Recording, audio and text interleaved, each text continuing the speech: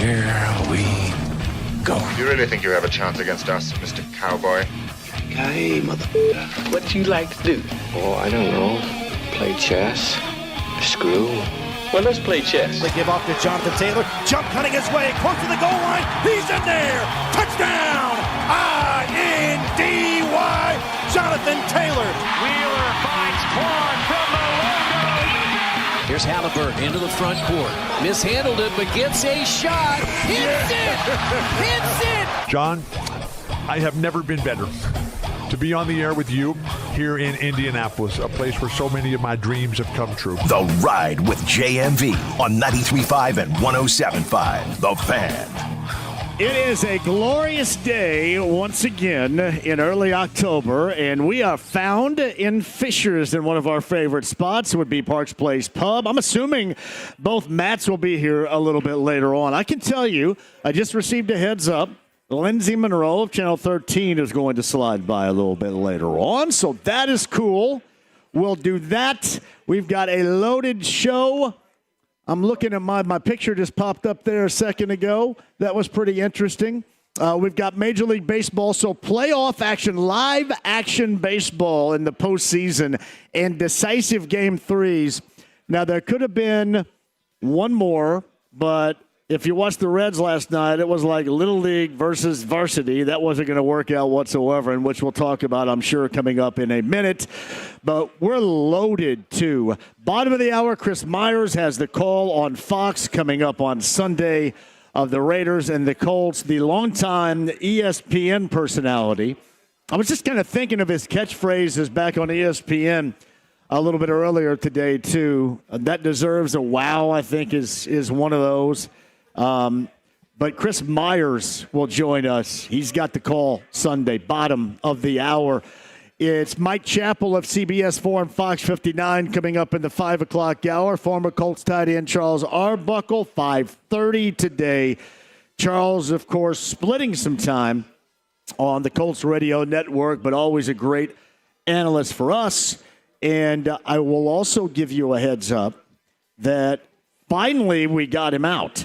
And he is here with our good friend Brian Kelly of the shop in Broad Ripple and Carmel. And if you're watching via the AAA Membership Lounge YouTube Live, they have new shirts.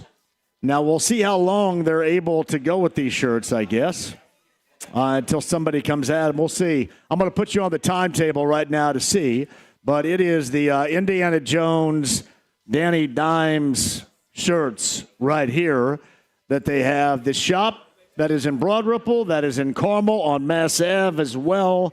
So thank you, Brian, for bringing that. And he also brought in, he's been a little skeptical about making a live show appearance, and I understand that. But Joel A. Erickson of The Star is here now. Normally he's going to be here for an entire segment. Every Friday he does that at 4 o'clock along with Chris Hagan of Fox 59, so we can tout up First and Joel.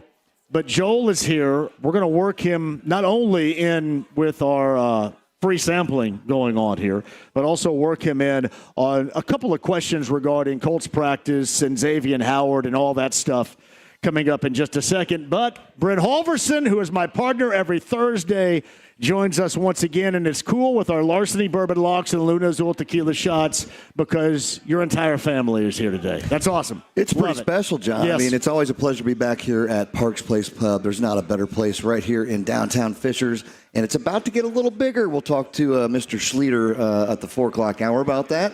But, yeah, I've got my sister, Steph, my brother-in-law, Chris, my nieces, Dakota, Kennedy. There are two new young ones out there. Asher and Lennon back there. Yes. And then my wife, Lisa, Sierra, who just left. She's heading out. I see Sierra still sitting over there right now. Oh, she's still here? All right. Well, and there's Sierra, the Sager. And Sagey's out there, too. So got the whole family out here. They all came in. It's senior night for Mount Vernon tonight, their last home game.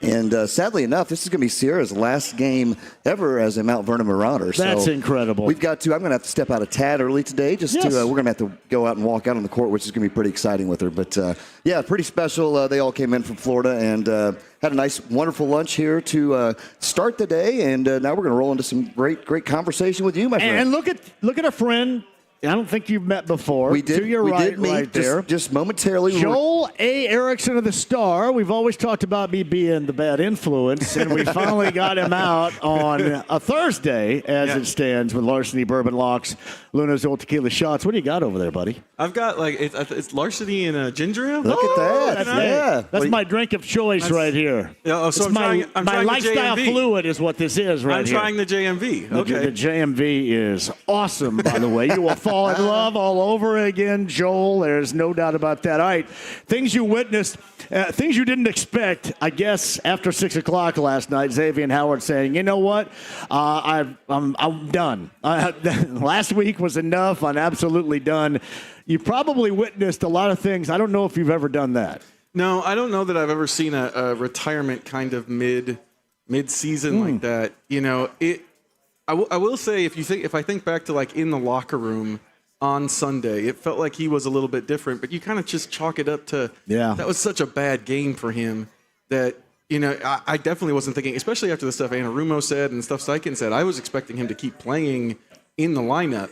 But yeah, I think he probably just got to the point where he was like, do I really want to do this, or I'm getting targeted, that kind of thing. Yeah. My understanding is that this is Howard driven. This is not Colts driven. This is Howard realizing I've kind of done. So would he have played this weekend had he stayed? That was the sense I got. I don't know that it would have been the same 90% type snap thing. I think they, especially with the matchup with the Raiders speed guy, that maybe they would have used Blackman more. But I think he was going to keep playing. Yeah, it was an odd thing, to say the least. But, you know, the way you look at it, they didn't really have to be hardcore on him. Since he just stepped away, they probably did him and the long haul a big favorite. So is it Edwards now they turn their attention to? Where are we going with this? I think it's probably mostly Blackman this week. It'd be my guess, because Trey Tucker from the Raiders is kind of a boomer bust speed guy, and that's who they've used Blackman against before. I do think Jonathan Edwards is going to get some more time because he likes to mix and match. I think the long term, the rest of this season, they got to get Jalen Jones healthy. They got to get him fixed with that hamstring. I think he's their best shot at that spot. I like Jonathan Edwards, but he's a rookie. I think Jones is a guy that is a bigger deal. I know you guys going around the team a little bit earlier today. That's Joel A. Erickson with us. He will join us in his normal position coming up tomorrow with Chris Hagan to Fox 59 so they can promote First and Joel. We'll be live at Binkley's in Broad Ripple coming up tomorrow. But we wanted to get him on since he decided for the first time to come out today and enjoy the nectar of the gods, his Larceny Bourbon and Ginger Ale right here at Parks Place Pub in Fishers. But when you're looking at the injury situations going in, guys playing, guys not playing, what are your thoughts on A.D. Mitchell? Is he going to be a healthy scratch on Sunday? Will he have some sort of disciplinary measure taken that we're unaware of right now? I am really watching that inactive list if Shane Steichen doesn't say it, because all he's said so far is we'll see how it goes. That's not really the tone he's taken when we've had other. That's not the tone he took on Howard. When we talked to him this week, he didn't say we'll see how it goes as far as him playing. He kind of said more like we've got to help him more, that kind of thing. So yeah, we've all got our kind of interest up on what they're going to do with A.D. Mitchell there. What do you think they should do? You have anything in mind? Well, it does seem like to me that this is something that they've emphasized since the Taylor mistake, and you have to kind of be in the locker room to see this. I'm sure some people have seen it on video, but like before we could even ask, is this emphasized? Mitchell was going letters and logos. So I think this is something they've emphasized. I do think that maybe, a loss of playing time is appropriate in this situation if it's something that they've harped on ever since that Taylor mistake, and then you make the mistake anyway. Seems like it would be easy to do, too. I mean, it'd be easy to do. Everybody would kind of agree with it. Plus, if Alec Pierce is healthy and comes back, the reps are not going to be anywhere near the same. The looks aren't going to be anywhere near the same anyway, so what the hell? He was only playing 10-ish snaps a game before with Pierce, so I think it's probably a little easier game plan-wise. That's kind of how it went with the Richardson benching last year. He was 2 for 15. Everyone was wondering, should they pull him at halftime? He plays out the rest of that Texans game. The next day, the benching happens. Yeah, makes sense. Joel A. Erickson with us. I mentioned Alec Pierce and the injury situations that are evolving right now. How do things look going into the rest of this week and then Sunday? I think they look fairly. I was Matt Gonzalez being out there was a big deal. I think after you got to have your right guard there. Pierce was in blue again today. That's good. Yeah. I think the biggest injury thing in this game is actually Colton Miller from the Raiders being out, the left tackle, because the backup is Stone Forsythe. That is a big deal. I know Colts fans probably don't know who Stone Forsythe is, and I don't really know who he is. He was a news guy, right? What I know about Stone, he does sound like a morning anchor. Yeah, morning anchor. Yeah. What I do know is that he got cut by the Giants like 4 weeks ago. So that Leatu Latu might be in for a second big game in a row. Well, yeah, you kind of wonder if that's going to even itself out because the Colts are going to have to deal with just an absolute defensive game wrecker in Max Crosby. So yeah, absolutely. Crosby versus Braden Smith. That's the matchup to watch this game. Oh man, and he is. It doesn't matter who you are over there. I mean, he's going. He was basically doing absolutely everything you could against the Bears if you watch that game. This past Sunday. So you're going to hang around for a while? I'm hanging around for a little bit, yeah. All right. Well, we're going to have you back on again tomorrow. I know that they had you on the morning show. We don't normally double up, but since you showed up here for the first time, see, these are the things you're going to have to become a part of right here. Well, Brian Kelly from the shop texted me and said, come on out. Yes, he did. He said, come on out. And I was like, I got some time in the afternoon. He's a bad influence, too, right there, man. He is. Bad influence, Brian Kelly of the shop. Joe A. Erickson of the Star, 4 o'clock tomorrow. We'll do it again, okay? Sounds good. Hey, go enjoy the Larceny Bourbon we got you over there, buddy. Yeah, the JMV. So I'm going to call it straight now. If you need some more, we're here for you, too. Just let that be known, okay? You bet. Joel A. Erickson of the Star is right there. Brent Halverson rejoins. We got a week 5 worth of picks, but we have to go back to see how everybody did last week. Did I stay hot? You stayed hot, I'm staying hot. You stayed really hot. You were 11-4 again last week. I was 11-4 because we had a push, didn't we? 11 and actually 11-5. You were 11-5. Sorry, 11-5. Yeah. The push actually lost because Packers were laying 7. Yeah. I think the pick'em it pushed, it lost by the number. Yeah. So, yeah. Let's talk about that's the ties, right? Like that's not the ties. Awful. No, I mean, that's first like of all, soccer. The game ended at like 12:15 in the morning. You stay up all that time to go through overtime. You deserve better than a stinking tie. And I know that hits home with you. Oh, it does. And we were at Ryder Cup. I was watching the hotel lobby with a big group after your Ryder Cup experience several Elijah Craigs throughout the day. And, no, it was, again, pretty crazy. And as soon as that second scoring drive happened, which should have been 14-0, blocked extra point, ran back for 2, I knew that was going to come into play, and it did. Yeah. And a tie. Again, I just don't understand why we have ties still in the NFL. That absolutely stinks. But 11-5. Now, how did you do? Not good, John. Okay, I was, not good. Polar opposite. We all were. You were tall. We were all 5, I had 6, that week 2 snafu where I went 5-11, and I think I've been 11-5 for 3 weeks. You have? Yeah. I think, like we talked a couple weeks ago, you were putting some dollars on that. You would have had another spicy week. I may have to maybe become a better. I'm going to start fading me and taking your place. I like it. I like the way that is. So we're looking at our Week 5 picks. That starts with the Niners and the Rams. Of course, we saw the Rams last week. They beat the Colts. Niners are going to be without Brock Purdy once again, their quarterback. So that is incredibly problematic. What do you begin with that matchup tonight? I think the Rams are poised just to absolutely put it all over San Francisco due to all kinds of factors, and it's injuries, right? Yeah. Speaking of injuries, this year has been absolutely, all the big dogs are going down, right? And you look at what's happening with San Francisco. Purdy's out again. Of course, we know Kittle's out. Joey Bosa, that's probably the biggest loss there on that San Francisco defense. So, a lot of injuries happening in San Francisco. This line has jumped. It was at 6, and now it's at 8.5. So a lot of money hitting the Rams. This is going to be a tough one. Laying 8.5 is a pretty good number.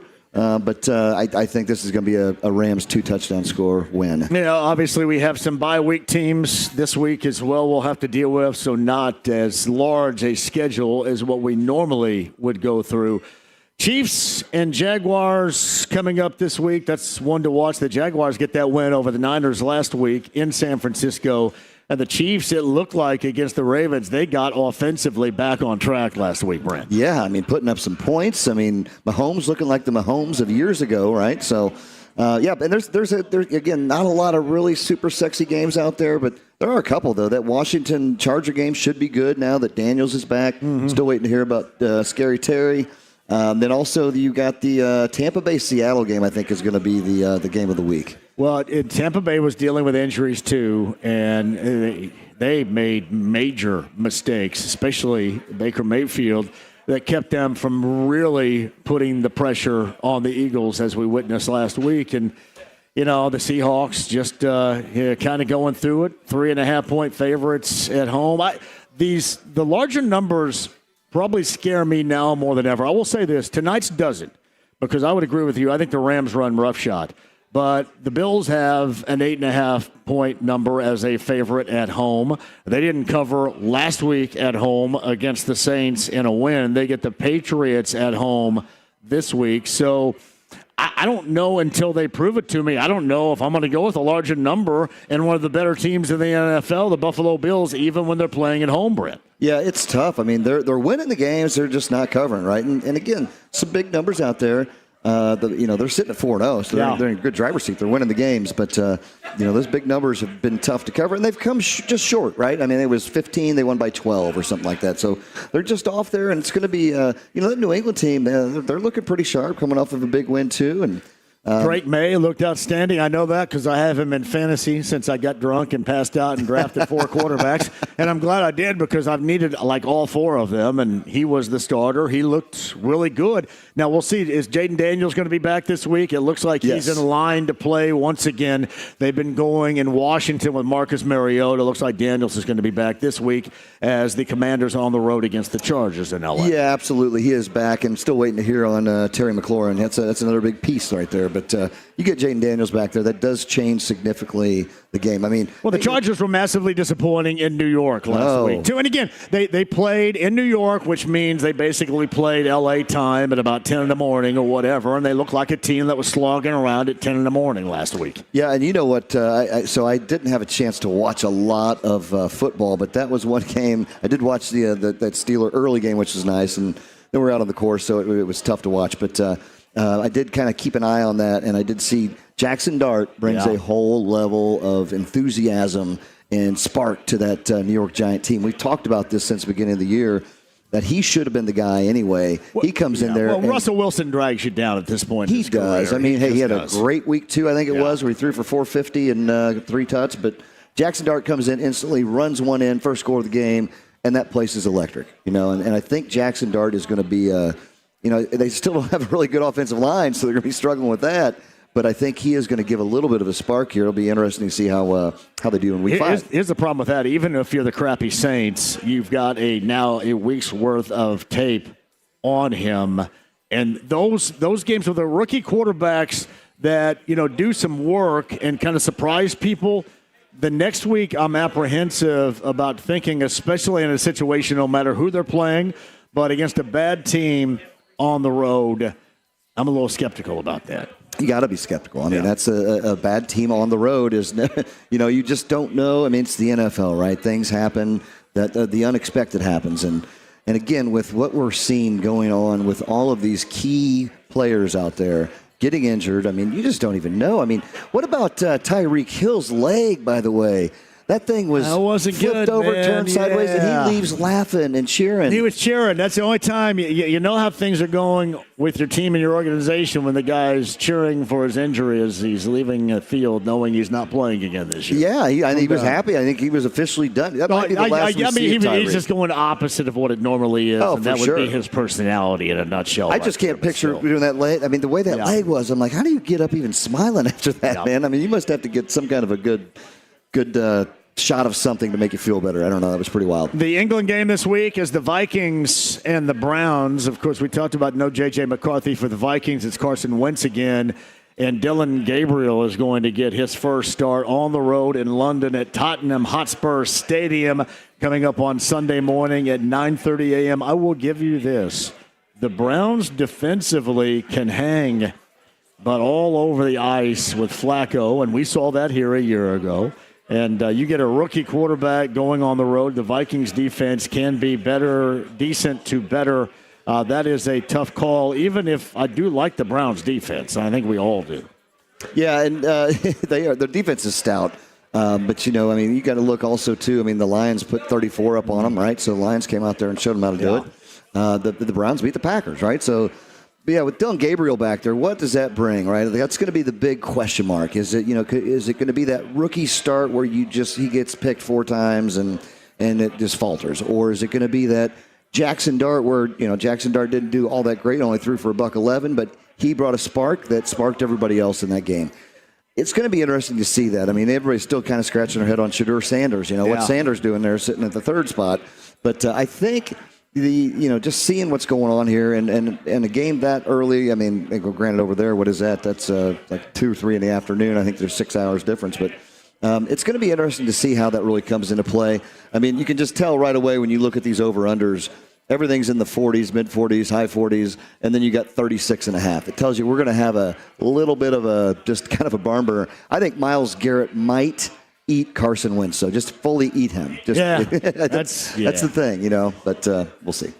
It's Brent Halverson, JMV, Parks Place Pub, Large City Bourbon, Lock, Saloon, Azul, Tequila Shots. We just talked to Joel about what went down at practice today. Xavier Howard yesterday deciding to step away and retire from the game on what may be the discipline of A.D. Mitchell and a team that even with their first loss of the season in Southern California last week, they looked the part of a good team. They still do. They made bonehead mistakes, and the coach did as well. But they look like the team that can play the role that is 3-1 on the season. They get the Raiders, and the Raiders an opportunity with a kick to beat the Bears. Their start has not been good. Geno Smith in their lone win so far this year was outstanding in Foxborough, but really not at all since that point in time. What do you make of this matchup with the Raiders and the Colts on Sunday, Brent? I think it'll be interesting. I think the Colts are the real deal. I really do. I think Daniel Jones he's revisited himself. He's playing some football.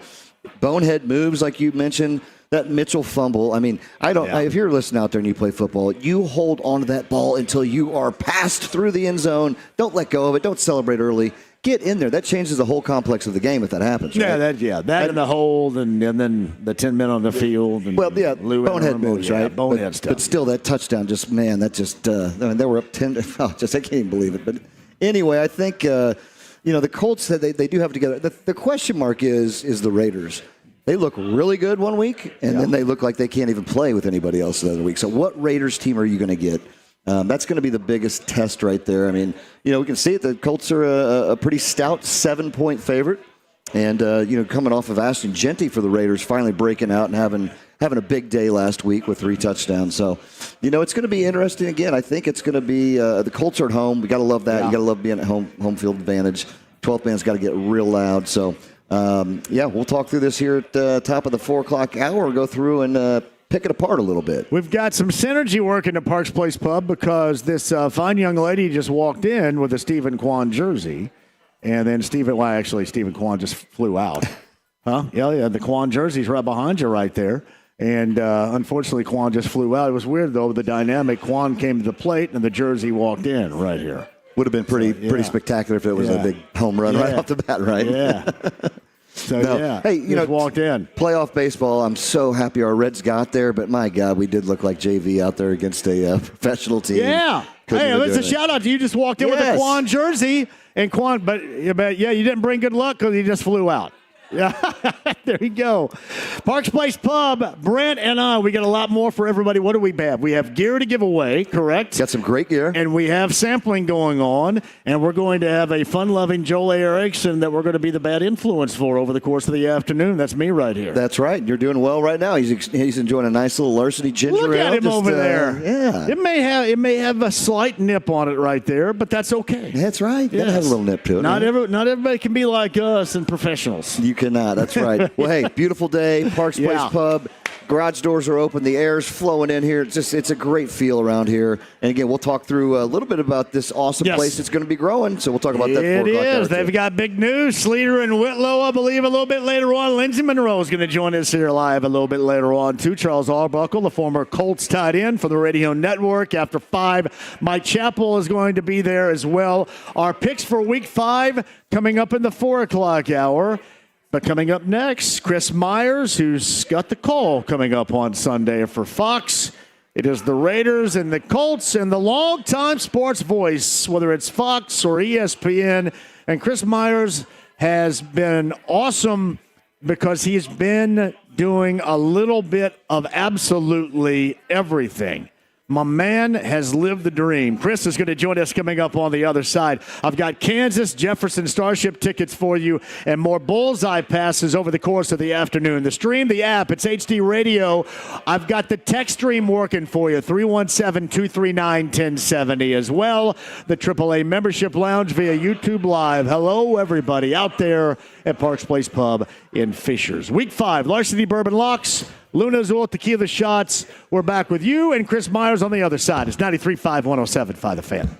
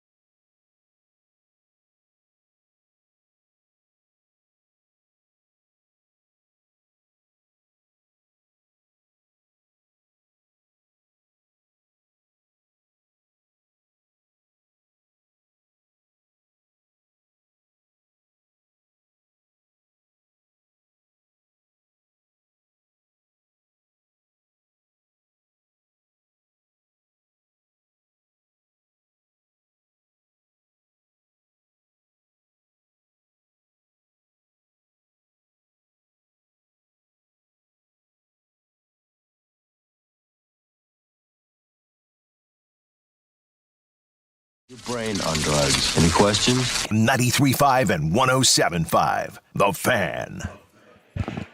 Parks Place Pub, but we've got our Larceny Bourbon Locks and Luna Azul Tequila Shots coming at you top of the 4 o'clock hour. Charles Arbuckle, former Colts tight end here. Actually on the phone, but not here in Fishers. 5 o'clock hour as well. It is a hairband weekend on the JMV Takeover on B105.7. That doesn't mean all hairband, but a lot of hairband on the hairband weekend coming up for you. We got that. We've got our Larceny Bourbon Locks and Luna's Dual Tequila Shots. Alec Pierce back at practice today again for a second straight day. And Xavier Howard was the big story last night. Decided to retire. Done. So we'll see where the Colts go in that secondary. Needing to get healthy is what Joel A. Erickson told us a little bit earlier, and that is absolutely true. We'll see where they end up going in that capacity. Chris Myers of Fox is on the call coming up on Sunday. He's going to join us, or at least scheduled to, coming up in a couple of minutes as well. Parks Place Pub, we've got a decisive Game 3 in the AL wild card between the Guardians and the Tigers. We'll keep track of that. You've also got two others coming up later on today, the Padres and Cubs at Wrigley, the Red Sox and the Yankees from Yankee Stadium. And our Redlegs decided to go home last night.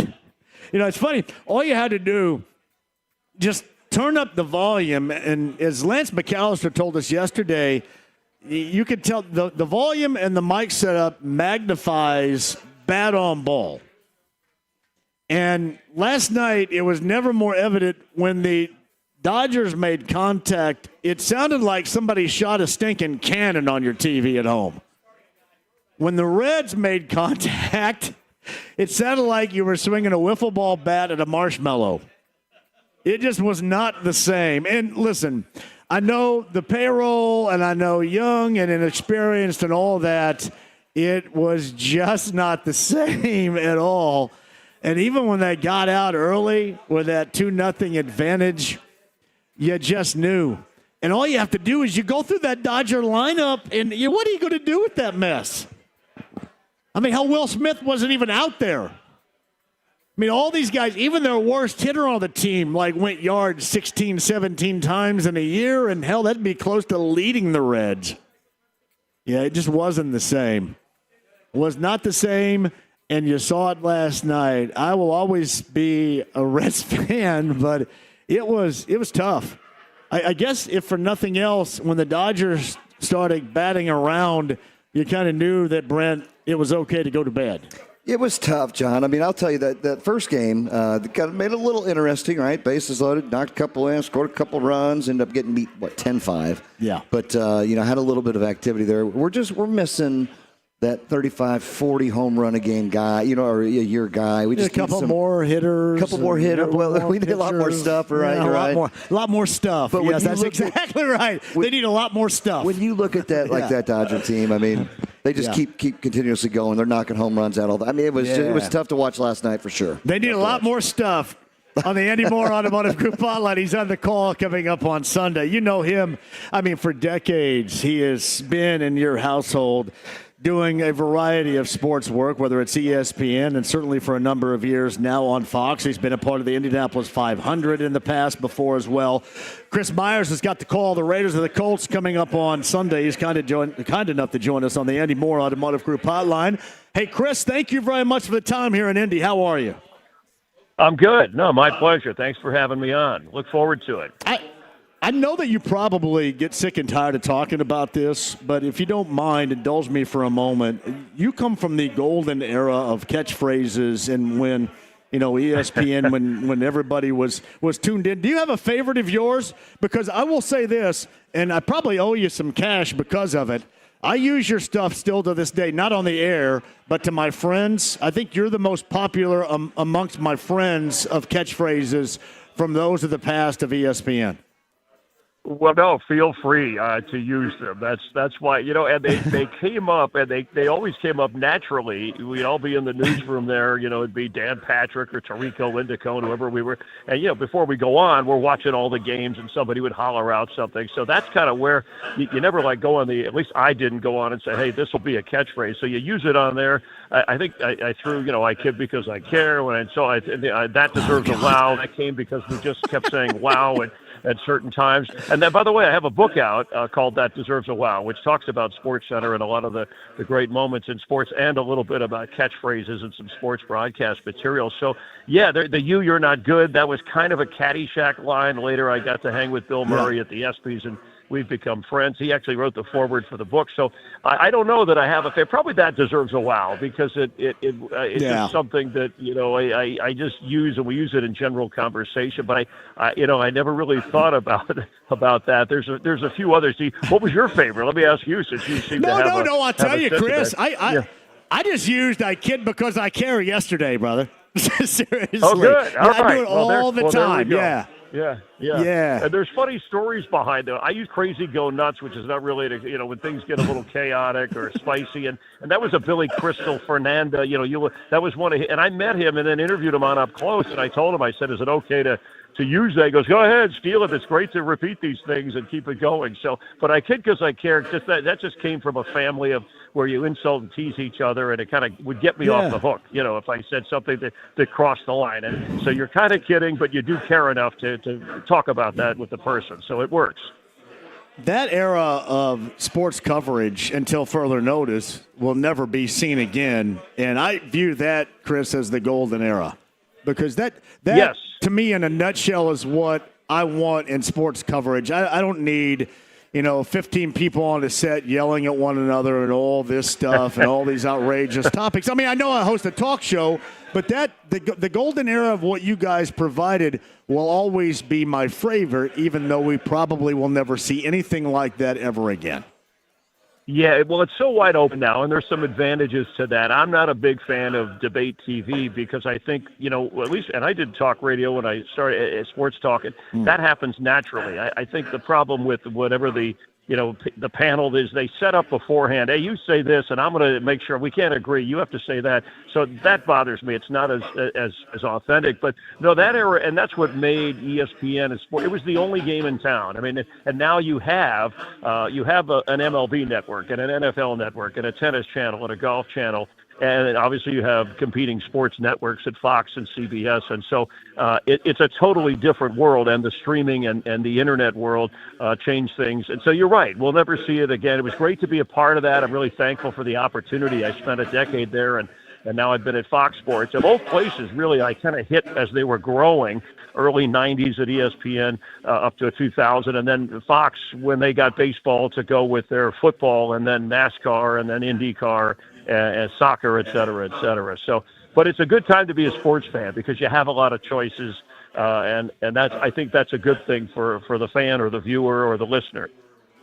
And Chris Myers joins us of Fox. He's got the call coming up on Sunday with the Raiders and the Colts. So we'll get to that, the nuts and the bolts, in just a second. But here's what occurs to me about your career. You've done everything. You, to me, you're what. And what you've accomplished is what we all set out to do when we want to do this. You've done absolutely everything. And, Chris, there have been very few of your contemporaries that have done that. Like comes to mind right now, Rich Eisen has done a lot of it as well. I mean, play-by-play and a lot of the other stuff as well. But you've done really absolutely everything over the course of your career. That's incredibly special, and that's what we set out to do when we begin careers in sports. Well, thank you for bringing that. I've had a lot of help and a lot of opportunity, and I worked at places where people gave me that chance. And I respect people that, hey, I'm a play-by-play guy, and that's all I want to do, or I'm an NFL reporter, and that's all I want to do. I in the business started so young as a teenager, and one of my first interviews was Muhammad Ali, and so after that you figure, hey, if I can handle or hang with that, then I should be able to interview anybody. But I am grateful for the chance that I at least when I got to network TV, that I could be a reporter, that I could do play-by-play, that I could host a pre-show or Up Close, the interview show at ESPN. I like the variety, and I like the idea of going from one sports season to the next. I think I'd be bored as a broadcaster because I'm a fan of those sports. When football ends, you go to spring training, you get to baseball, and you have auto racing in between. You have the hockey and the NBA season and college sports as well. So those are the things that kind of keep me going. And I can tell you, as long as I've been in the business, it never gets old to me. And I have, talk about expression. It's a corny expression, but I came up with this when I was doing preseason games and trying to do more play-by-play, but every night's the Super Bowl. And that's how I try to treat, and they even teased me when I finally got to do Super Bowls and covered, Tom Brady and coming back against Atlanta, or Mahomes winning his first The producer said, "Hey, Chris, you always say every night's the Super Bowl, and now you're working it." So that's a good thing. And I mean that. It's kind of corny, but at least it fires me up and everybody around me working. I try because you got to give your best for that, whether it's a game between a couple of teams that don't have winning records or you are actually doing a Super Bowl. You got to treat it that way because there's people playing it, there's people watching it, and you're the ones broadcasting it. And that is Chris Myers of Fox. He's got one coming up on Sunday at 1 o'clock at Lucas Oil Stadium with the Raiders and the Colts. What do you make of this Colts 3-1 start? I thought even in a loss, there were so many boneheaded things in Southern California last week that I thought they legitimized themselves with the best team so far on their schedule. What say you? Yeah, and that was the big test, right? When you look at the schedule, they did their part, what they were supposed to do in the first three. And, when you're close to Hollywood, Hollyweird, as some people call it, when you're playing out in L.A., strange things happen. I kind of felt for the Colts in that game. Yeah, the Rams they're a Super Bowl contender.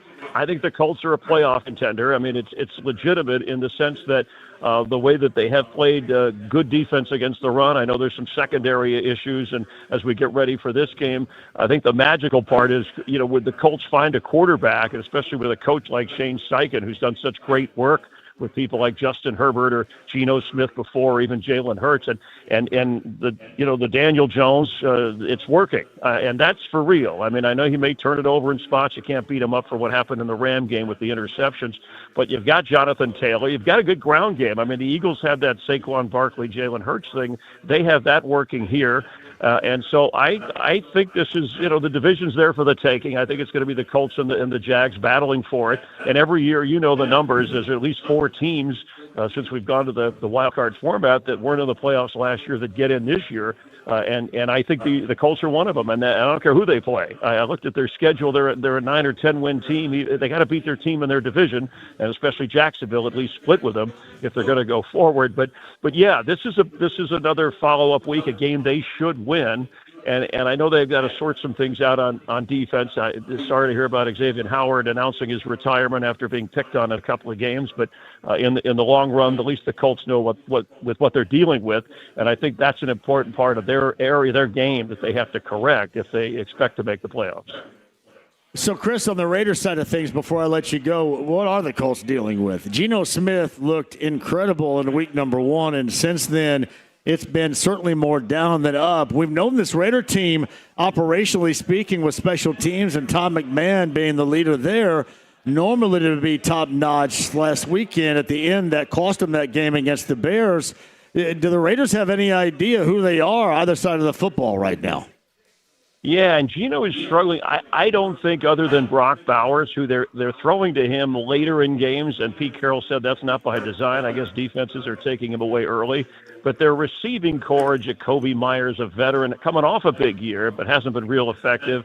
Got a couple of speedy receivers in Tucker and Thornton, who's a rookie, but not game changers. And so I think that's where defenses can gang up on Gentry. And obviously when Geno is forcing it or trying to make something happen, yeah, he's had 2-3 interception games, but he's owned it, and he'll be okay with it. And what I think is interesting about this game is, between Geno Smith and Daniel Jones, and I'll have Mark Sanchez in the booth working with me, but you've got quarterbacks who have been in New York, right, who started out there and kind of got run out of New York and then revived their careers in different places, and now they're doing it again here with Daniel. I love the Indiana Jones name, by the way, the nickname. I love that. I don't know who came up with it first, but he's gone from Danny Dimes to Indiana Jones, and that's great. And now Geno Smith, who was great in Seattle, and Pete Carroll was the one who said, I want him with the Raiders, and it just hasn't worked out yet, but I think they'll get it right, especially with Gentry, his breakout game. He is a game changer. He is a star, and he'll help that passing game once he continues to break tackles. It's Chris Myers. He's got the call. He and Mark Sanchez on Fox coming up on Sunday with the Raiders and the Colts at 1 o'clock. And Chris is on the Andy Moore Automotive Group hotline. Absolute pleasure, man. Hopefully we could catch up again this season. I'd like to have a little bit more time because that was fantastic stuff from you, buddy. I appreciate you. Yeah, no, Andy, anytime you call me. It doesn't have to be a game we're calling in Indy. The crowd will be wild, and I appreciate you having me on. I really look forward to it, so thanks for your time. You got Chris Myers on the Andy Moore Automotive Group hotline. That's a guy that has done absolutely everything. Did you notice right there? James, did you notice that? The end? You notice what I'm about to bring up right here, James? Pop on here really quick, and then I'll take a break. I know we're a little bit over. Oh, I'm sorry. He's on the phone right now. So here's what happens. I want to make sure that Andy Moore Buick GMC or Andy Moore Automotive Group gets, what they're looking for here. So I say Andy Moore Automotive Group hotline. Oftentimes, guests that are new to the show believe that's me. So they think that this show is hosted by Andy Moore. So I was thinking one of these days, maybe we should just have Andy Moore host this show. Yeah. That's what I'm thinking. Did you notice there at the tail end? I think he referenced me, and it's no mistake out of him, but that's just the way I mentioned Andy Moore Automotive Group so much. Sometimes guests new to the show think that's me. That was you. I did not catch that. And he said, I think he said Andy, but I've thought about this before. I thought he said Indy. I'm pretty sure he said Andy. But that's okay. I've thought about this before. I think I need to have Andy Moore and my friend Eric Wilson or anybody out there that is close to Andy Moore. Make sure you mention this to him. I think he needs to host the show one of these days. That'd be great. Andy Moore Automotive Group Hotline, Andy Moore Buick GMC and Fishers, and here's Andy Moore. And here I am. Yeah, here he is right. He can do, I know he's a big IU guy, so he can maybe do an IU segment or two or something like that. Well, I tell you what, Andy, you've done a great job. Thank you very much. But I love that conversation. He's great, dude. Chris Myers was it back when ESPN was going through that golden era of sports. And that was our golden era too, right? Yeah, that's just getting out of high school and college in the early 90s, and the ESPN was it. It was it. Berman, Myers, the whole guys, the whole gang back there. So good stuff right there, man. All right, so we got Sleater and Whitlow going to join us coming up in a bit. Mr. Sleater's going to join us. Mr. Whitlow's got he's got some prior engagements, so he's going to. Well, he doesn't look like he's engaged whatsoever. He's engaging in a lot of behind the scenes stuff right there. So we'll get Mr. Sleater up here, talk a little bit about Sleater. Got a great new addition. I just went over, took a peek at a minute ago. It's going to be exciting. I want to hear about that And Mr. Sleater's got some good sports knowledge. I'm looking forward to hearing what he's got going on. He sure as hell thinks he does. I know that for damn sure. Well, then on the other side, Brent rejoins. Matt Sleater's going to be here, Parks Place Pub in Fishers. It is our Week 5 picks with Large City Bourbon, Locks, Luna, Azul, Tequila Shots. We'd love to see you here. We've got the samples flowing. We got free gear to give away. We'd love to see you. 93.5, 107.5 The Fan.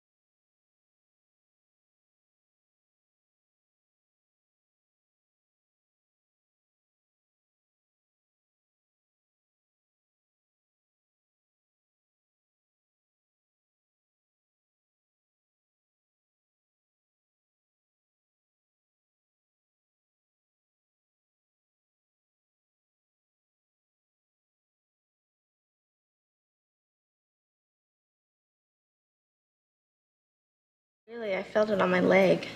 Come on, I don't want to see it. 93.5 and 107.5. The Fan. Podcast with Chris Myers of Fox. 1075thefan.com. Dev's the on-site engineer.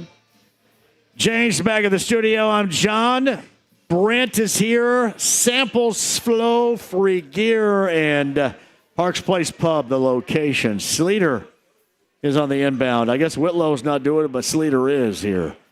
We'll do those picks. Week number 5, 11-5. I've been 11-5 in week 1, 5-11 in week 2, 11-5 in week 3, and 11-5 in week 4. So let's go ahead and dismiss the fact that I can't pick any games because we are leading. And I guess it was funny. Gutshot Greg sent something last week, and he said, do you think that anybody listens to what you do as advice? Well, I think they listen, but I don't know if they take that advice. But here's what's funny, Gutshot. Had you taken that advice and put some money to it, you'd be making some money right now. The money maker is right here, is what we're doing. Week 5, and those are famous last words, so clearly I'm going to go 5-11 this week because I'm calling my shot. Week 5 coming up starts with the Niners and the Rams coming up later on tonight. The Raiders and the Colts. 7-point favorites are the Colts at home. We'll go over that again. The left tackle situation for the Raiders is not good. The only thing I believe that the Raiders are going to be capable of hanging and making it interesting is if the Colts allow Max Crosby to wreck it. That's the only thing that concerns me right there. Hey, Chris, if you're on hold, we'll get to you coming up on the other side as well. We have our Week 5 Large City Bourbon Locks and Luna Azul Tequila Shots. You know this to be true.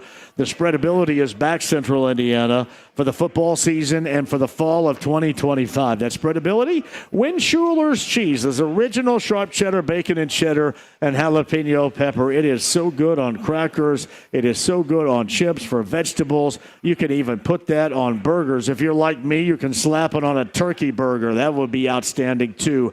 The spreadability of Win Schuler's, whether you're having a tailgate party, a backyard party, or you're just simply put watching a little MLB playoffs and you're snacking on the couch. The spreadability of Win Schuler's, you can find it today in some of your grocer's favorites, like Meijer, like Gordon's Food Service. And if you do find it, make sure you send me a picture at JMV 1070 so we can let everybody know about the spreadability of Win Schuler's cheeses.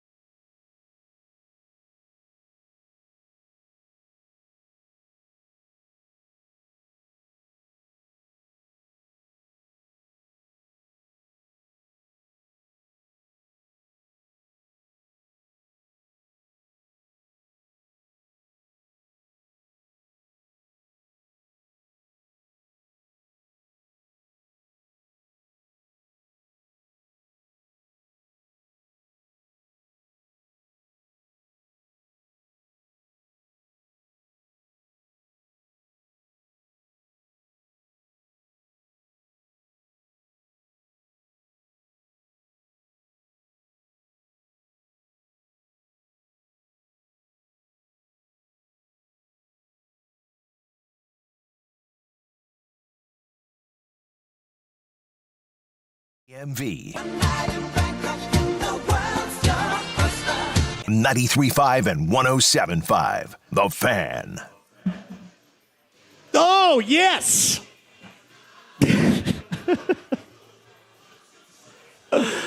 Yeah, as far as hairband song go, this may be the best one. Word and Cherry Pie. On the All Request Saturday Night JMV Takeover, it's B105.7, the late, great Jenny Lane.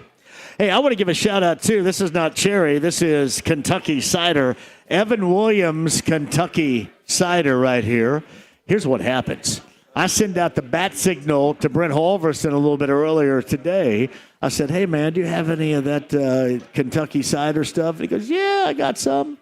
There it is. Right here, present and accounted for. Parks Place Pub for me, too. Hey, AAA Membership Lounge via YouTube Live. Become a AAA member today. That is a great idea because fall break is coming up. You're going to go someplace because now in fall break, it takes the place of in-service days. We used to have 2 days back in the day. Now you guys have like a week or two for fall breaks. You're going to go someplace. Make sure you're a AAA member. They have your back wherever you go on fall break. Parks Place Pub, that's our location. The Tigers up a run, 1-0 against the Guardians as they played decisive game number 3 in Cleveland in the AL wild card. The Tigers a bottom of the third inning, 1-run advantage, 1-0. We'll keep track of that too. Padres and Cubs decisive game 3 in the NL. And then back to the American League later on tonight with the Red Sox and the Yankees with another decisive game, number 3, in the Bronx coming up later on this evening. Larceny Bourbon Locks, Luna Azul Tequila Shots. Week number 5 of the NFL is here. Brent Halverson rejoins, and we got a very special friend right here. I'm going to give a shout-out to our special friend because he invited me on a trip. I could not attend last week. It was a bus trip, but I heard really good things about going to Wrigley with you and the bus people, especially Bob Kravitz. I can always tell how good of a time Bob Kravitz is having when Bob Kravitz's eyes aren't open like Forrest Gump in pictures. He looked like Forrest Gump in every picture. I knew it was a good weekend he was having. That was a good weekend. Yeah, thanks for the invite, though, brother. I appreciate that. How's things going here? Great. I mean, obviously, good weather helps. Football helps. Yeah. So just happy to be, So Whitlow's not picking any games? No. What we got going on over there?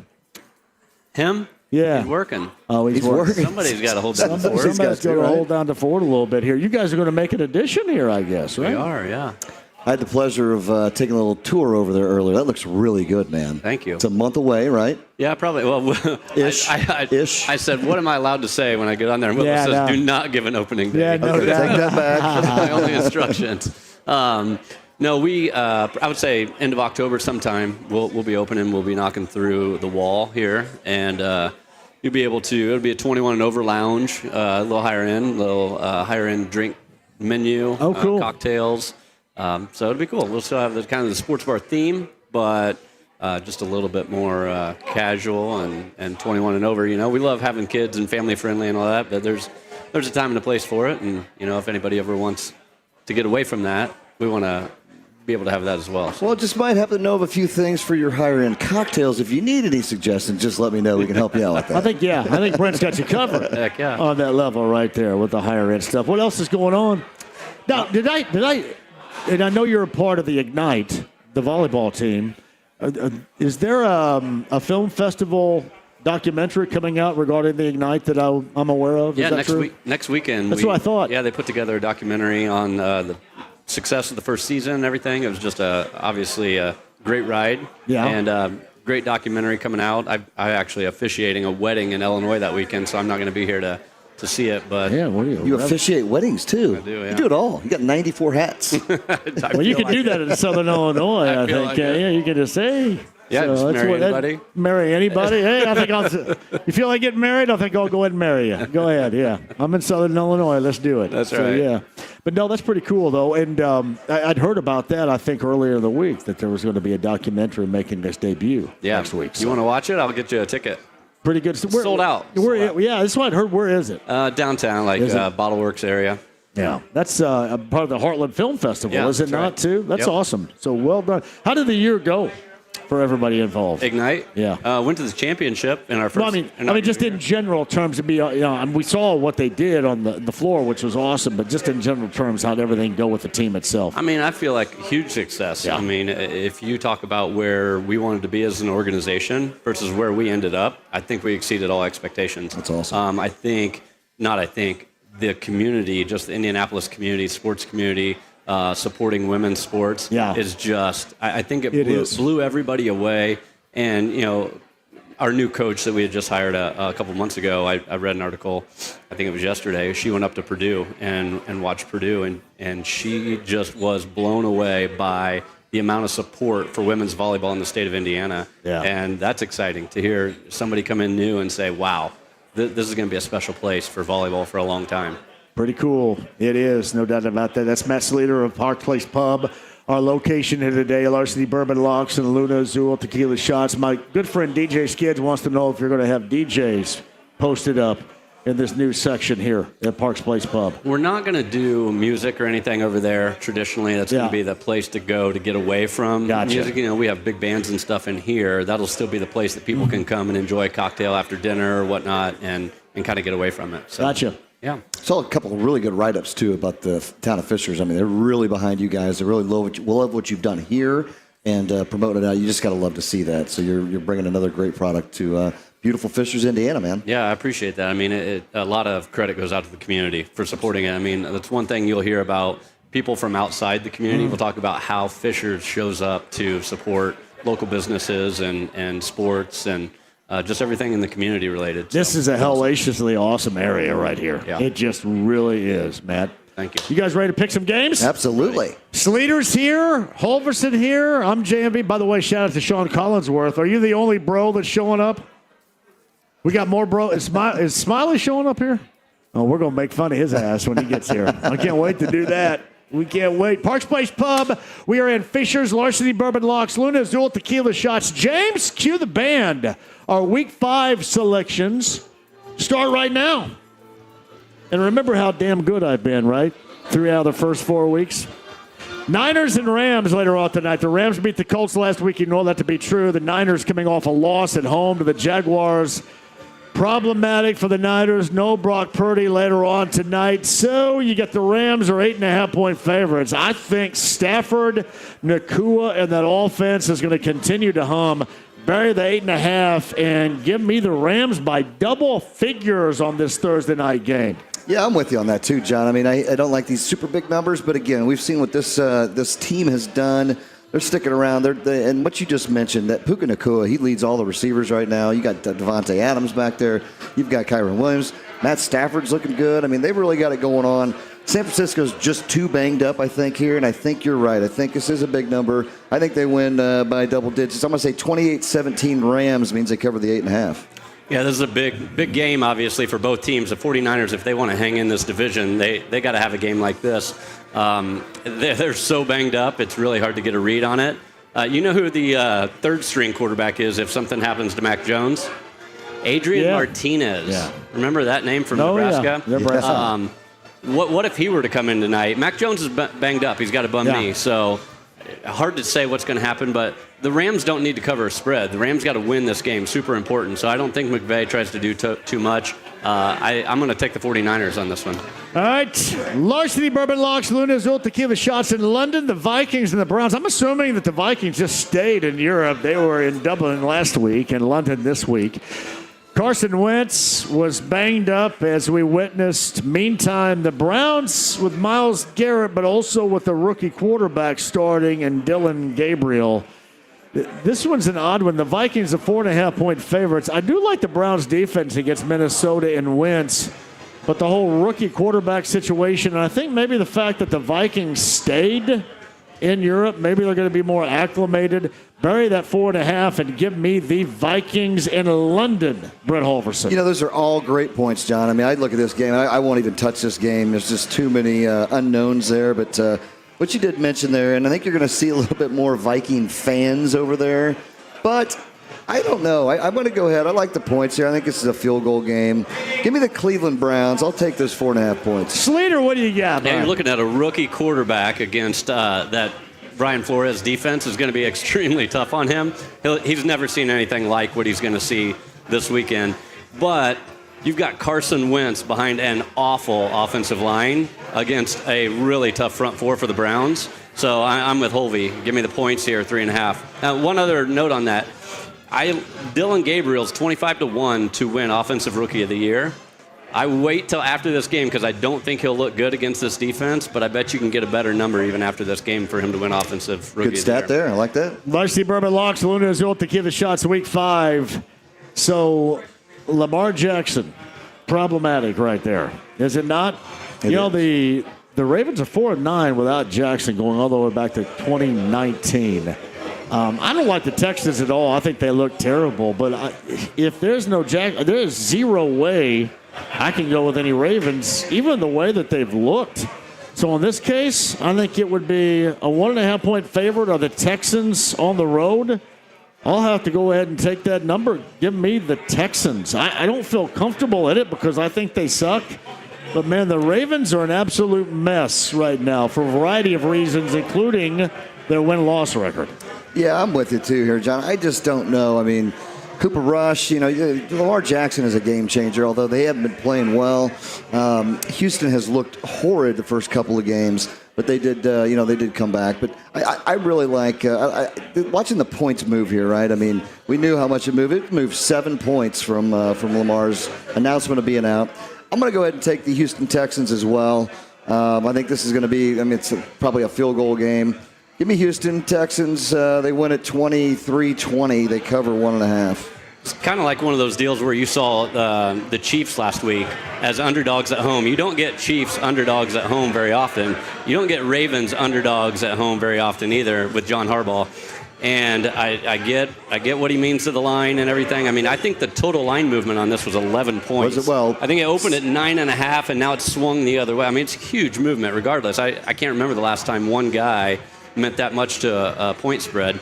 But this is do or die for the Ravens. They're still the favorite to win the AFC North. If they're going to do it, they got to win this game. So give me 1.5, and I'll take the Ravens. So I like the Bourbon Locks. Luna's doing to give the shots. Man, Tyreek Hill, that was UGLY on Monday night. Dolphins are 1.5-point favorites on the road at Carolina. I don't know how impactful it's going to be because Carolina sucks so bad. But I will go ahead and take that 1.5 and give me Carolina, if for nothing else, just at home, I guess. I don't know why. Miami's probably going to win. That's probably going to screw me over.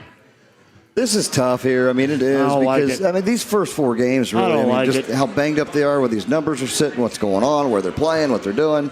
One of those games here too. Miami 1.5 at Carolina. What Carolina Panther team are you going to get? Bryce Young can look great at times, and he can look absolutely horrible at times. And I don't know. I'm going to go ahead and take. Give me Miami Dolphins. You sound as questionable about this pick as I am. Again, I won't play this game at all. I wouldn't be playing this or the Ravens game if I were smart. And I'm not going to. But, I mean, just Miami, coming off of a big win. They needed one, and a big break into Mr. Tyreek Hill's leg and everything else that snapped along there.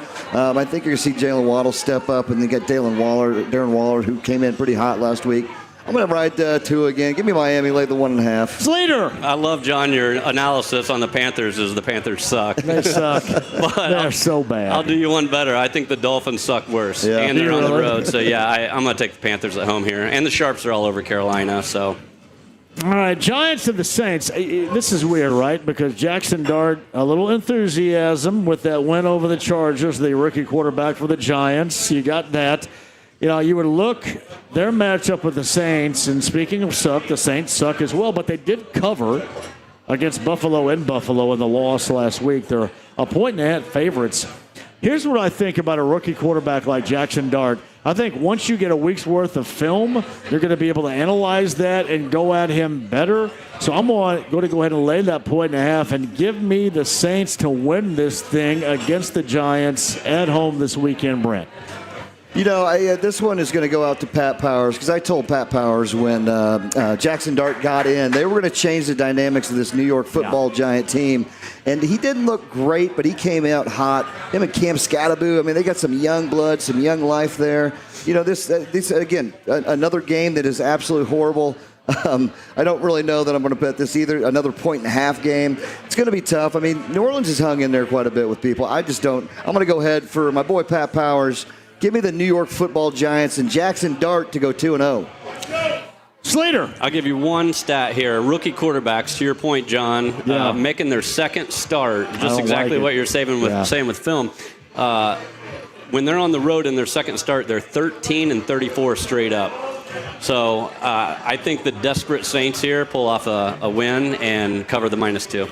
Well, at the very least, they don't win, but they have been close, I guess, within the points range. They were in Buffalo. I guess I'm going off the Buffalo game last week. It's more so than anything else, the rookie quarterback, after a week, everybody's thrilled. Man, normally, as you mentioned that stat-wise, things go on the toilet. Yep. Larceny Bourbon Locks, Luna Azul Tequila Shots, Cowboys and the Jets. Man, what in this world on Sunday Night Football? We stay up until 12:15 for a tie. Oh, it's horrible. It's a lot for that. But I tell you what, Cowboys look good offensively. 2.5-point favorites on the road at the Jets. I'm just going to do it because how they looked offensively. Go ahead and lay that number. Give me the Cowboys on the road. Brent?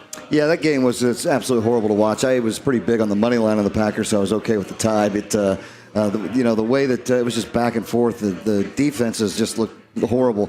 The Jets, the 0-4 Jets, I mean, it's hard to put a finger on this team here, too. Justin Fields, he looks good, though, when he's out there and about and he's doing some things, but they've just come up short. He's back. I'm going to go ahead and go opposite here. Give me the New York Football Jets plus 2.5 to get the win at home. What do you got, Slater? Just what you said, John. The public's thinking about what they saw on Monday night, right? Or Sunday night. Cowboys did look good against who a lot of people consider to be a Super Bowl contender. Yeah. So now all of a sudden the Cowboys are, what, one of the better teams in football? I don't think so. Jets desperate for a win here. I think it's a buy low, sell high type deal. Jets plus 2.5. I think this one's easy. The Eagles 3.5-point favorites at home against the Broncos. Hey, don't get lost in the whole soap opera with the Broncos looking good against the Bengals. That was more so about the Bengals just being awful than it was the Broncos, certainly on Monday night. I like Bo Nix, I do, but I think this is going to be different for the Broncos. They get 3.5 points, but lay that 3.5 and give me the Eagles at home. I think that this is I think that they may end up winning this by double figures. I may be wrong, but I'm going to pick the Eagles big, Brent, in this game. Yeah, this is going to be my larceny lock of the week here, John. I think, kind of what going to go along the lines of what you just said here. I think Philadelphia laying the 3.5. I would always buy that half point to get it down to 3. However, I think they come out. I do think they went close to double digits, 30-20. Eagles. Slater. Doesn't that feel like a leak or so? Not so fast, my friend, right here. But, I mean, remember, it was 2 weeks ago, the Rams were going to Philly. What were the Rams? 3.5-point dogs. This feels a lot like that. Broncos going, I'm not comparing the Broncos to the Rams, but it feels like that kind of setup. And the Rams had the Eagles exactly where they wanted them. Eagles aren't hitting on all cylinders yet. I'm going to take the points here and 3.5 with the Broncos. All right, guys, let's go to the Titans and the Cardinals. I think one of the better quotes of the weekend was Cam Ward, the rookie quarterback of the Titans, talking about his team, quote, we ass. They were ass. That whole game was ass. There's no doubt about that. Titans on the road to the Cardinals. Cardinals in here in Indy coming up next week. 7.5-point favorites at home. Glendale, Arizona. It's not like they've been tripping the light fantastic offensively either. Between Kyler Murray and Marvin Harrison Jr., they're not as good offensively at all as to what we thought. So here's what I want you to do here. At least on this weekend with the Titans in town. Lay the 7.5. That's a big number for a team that scuffles oftentimes offensively. Give me the Cardinals. Lay that number at home. Brent.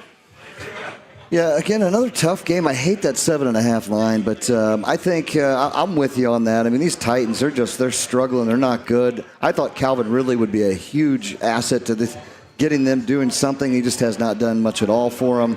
They're struggling all the way around every side of the ball. Give me the Arizona Cardinals. Lay the 7.5 by the half point. What do you got, Slater? When we were talking about the Panthers and Dolphins, you didn't think it could get any worse. Titans are actually worse than that. But I'll say this. Anytime I can fade Kyler Murray, favored by more than a touchdown, I'm going to fade Kyler Murray by more than a touchdown. So give me the Titans here. Hold your nose. It's not pretty. They're not good. Larceny Bourbon Locks, Luna Azul Tequila Shot. Speaking of not pretty, the late game situations with the Buccaneers, no Mike Evans, that's never any good for them. We know that to be true on the road in Seattle. I think that's going to be magnified. Simply put, not just last week, but just in general, the Buccaneers aren't good without Mike Evans, and I think that's going to play a significant role here. 3.5-point favorites, the Seahawks at home. I think that's an easy number and an easy call. Lay it and give me the Seahawks, Brent. Yeah, another tough game, and you're right. I mean, there's a lot of Mike Evans is a big piece there, but they got some good young blood out there. They got some good action. Baker Mayfield he's that guy that's going to be into the game. So I kind of feel that's going to come into play here. I think this might be a field goal game. I think it's going to be a little closer than I think. The total in the game is 44.5. Seattle's got a great defense. Bucs are going to be fighting through it.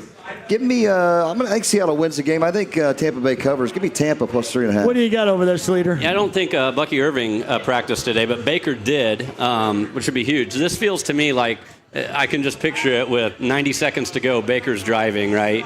And they're either going to win it at the last second or lose it at the last second. And this one's going to be close, though. I tell you what I like more is the under 44.5. So give me the Bucs plus 3.5, but I also like the under here. All right, so the Lions and the Bengals, yeah, Jake Browning, I think when he first got in there against the Vikings, okay. Last week we saw against the Broncos, they took full advantage of him. Under center again with the Lions. That's exactly what the Lions are going to do. Simply put, they're going to run this thing up to the degree of like 34-17. 10.5-point favorites on the road in Cincinnati. It's a big, fat road team number right here, but lay that thing and give me the Lions. They will run that up with Dan Campbell coming up this weekend, Brent. Well, we keep saying you think you can't get worse. Well, look at these Cincinnati Bengals, and you know, not only Joe Burrow being out is just just a huge loss, as we all know. Those receivers are struggling. You got Jamar Chase, T. Higgins. They can't even get them the ball until they make a change at quarterback, which I've heard a lot of talk about. Jameis Winston possibly something. They need to do something there, but you still don't have an offensive line. You still not going to protect anybody back there. That Detroit team's starting to cook with some gas right now. This is too big. I don't like taking these big numbers, but I'm going to Detroit Lions on the road. Big. Lay the 10.5, 32-17. What do you got over there, Sleater? I got two stats for you. They'll both make you sick. Zach Taylor, in the first 3 months of the season in his career without Joe Burrow, he's 0-16. It's awful. They're probably going to lose this game. We can all agree on that. But listen to this. Big home dogs, touchdown or more. First 9 weeks of the season, 22-0-2 over the last 4 years. Wow. Give me the points at home, Bengals plus 10.5. Gotcha. Write it down. Larceny Bourbon Locks, Luna's Dual Tequila Shots, Jaden Daniels back, right? Momo Marcus Mariota. The Chargers, I think most significant here, they lose cross-country with the Giants last week. Massively disappointing. They lose their left tackle, Joe Alt, for the season. That is going to be incredibly problematic here. So the Chargers are 2.5-point favorites at home in Southern California. Give me that 2.5 and give me the Commanders. And I know that Terry McLaurin is still out there on a question mark, but give me the Commanders this weekend. Brent? Again, another game. It's going to be close. It's going to be tight. I think I'm looking for the Chargers to bounce back, though, at home. I mean, if Scary Terry's out, that's going to be better for the Chargers. Left tackle's problematic. It's problematic, but hey, you know what? They're going to bounce back. Again, like Sleater said, people look at what they saw the week before, too. I think you're going to see a whole different scheme of things here for Mr. Harbaugh. I'll lay the 2.5. Give me the Super Chargers at home. Slater. Joe Alt's not the only tackle out. They've got 2 first-round pick tackles that are out this week, and, I mean, that screws up everybody's futures bet that they had on the Chargers. So, and here's the thing. They can't protect Herbert right now. Herbert is walking down the Andrew Luck path right now because they can't protect this guy. Under pressure the last 3 weeks. Can't run it either. You're right. Under pressure the last 3 weeks, he's completing 36% of his passes. It's not going to get any better this week, and Jaden Daniels is going to be able to run the ball.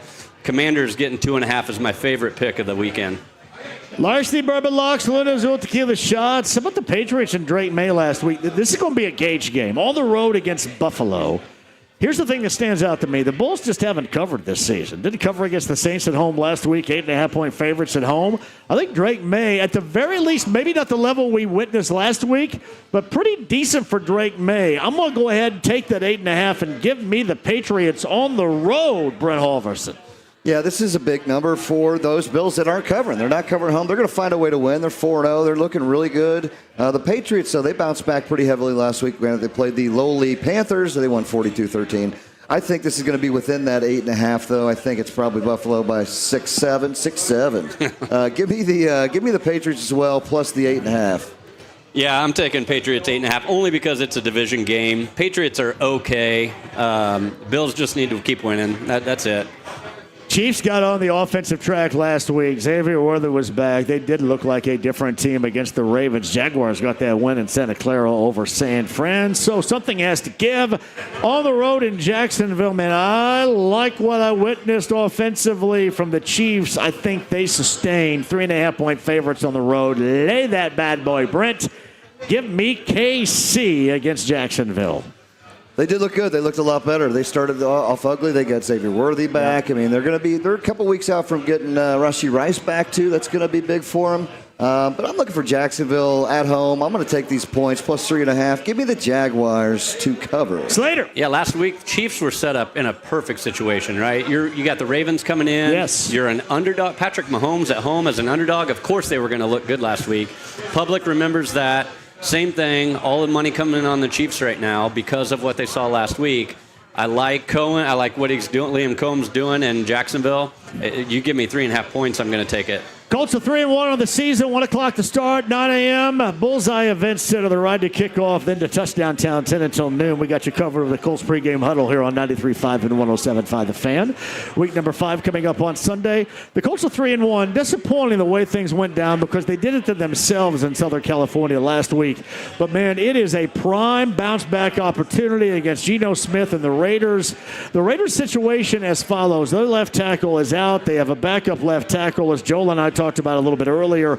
The only thing that keeps from the Colts from getting and hitting this number or maybe even not winning this game is being wrecked by Max Crosby. He may get his, but that won't happen. The Colts 31-20 over the Raiders as they enter the game 7-point favorites. I think the Colts are going to get back on the winning track and go to 4-1 of the season coming up on Sunday. Brent.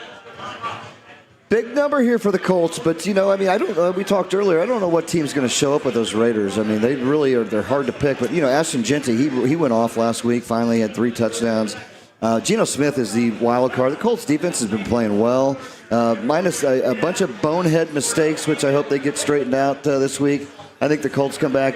Indiana Jones. Well, one guy retired and one guy probably is going to be inactive. So I think maybe things are going to be cured. We'll see. Hopefully going to be Lou cured. Anarumo, let's make sure we get the right number of dudes on the field. And after that, yeah. I'm still going to ride this Danny Jones thing, man. And the way Jonathan Taylor's been playing and the receivers have been playing minus the fumble. But give me the Colts, lay the 7. What do you got over there, Slater? I'm going with Holvey here. Colts -7.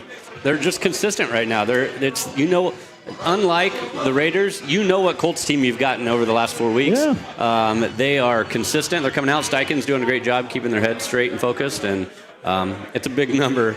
It's not my favorite bet of the week, but I'm going if I have to I don't pick. mind this. I don't mind. I mean, we went through about 5 or 6 that absolutely are awful. I don't mind. This was I think easier than there's some dog to do out there. There's some hold your nose and don't even look at the TV. I did forget to mention my Lunazul Tequila shot of the week for fantasy football, and again was available in 70% of the leagues, and he made a name for himself last week, and that is Mr. Woody Marks, running back for the Houston Texans. Woody Marks, if he's out there getting. Wood marks. Like something we'd heard of before down in Greene County right there.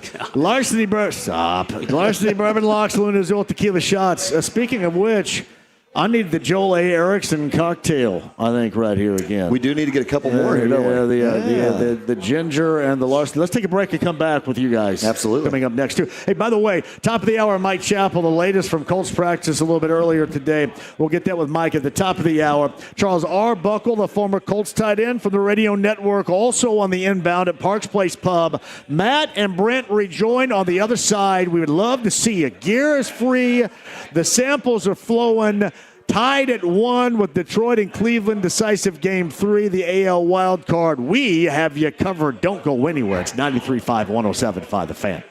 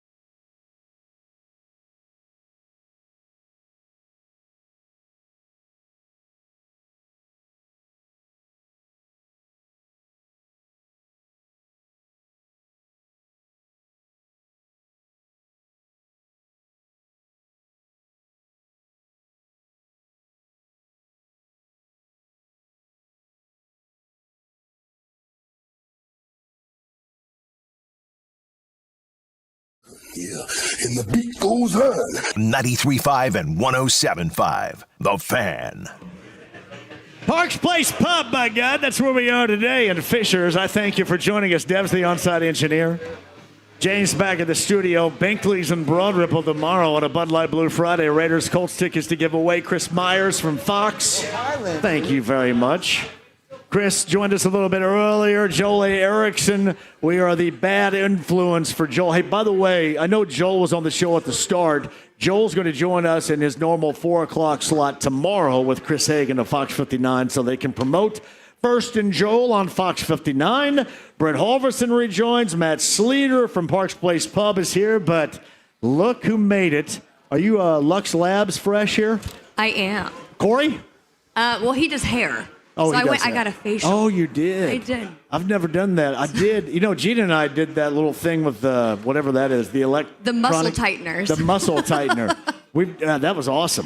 I know. You don't even have to go to the gym. I've done that 4 times. Get a 6-pack. Shout out to Lux Labs and our guy Corey and Sarah and Molly, a friend of the show, Molly at Lux Labs in Carmel. Yeah, they're great. So this is not like sweat or glistening. This is hydration at its best. The facial. Yeah. How's married life going for you, girl? Oh, it's so good. Yeah, we had to coordinate picking the dog up from daycare today, so that's cool. Part of life. Good coordination going on right there. Got anything in mind? We're going to get to some picks over the weekend. Anything in mind for the Colts and the Raiders this weekend? Oh, Colts by 20.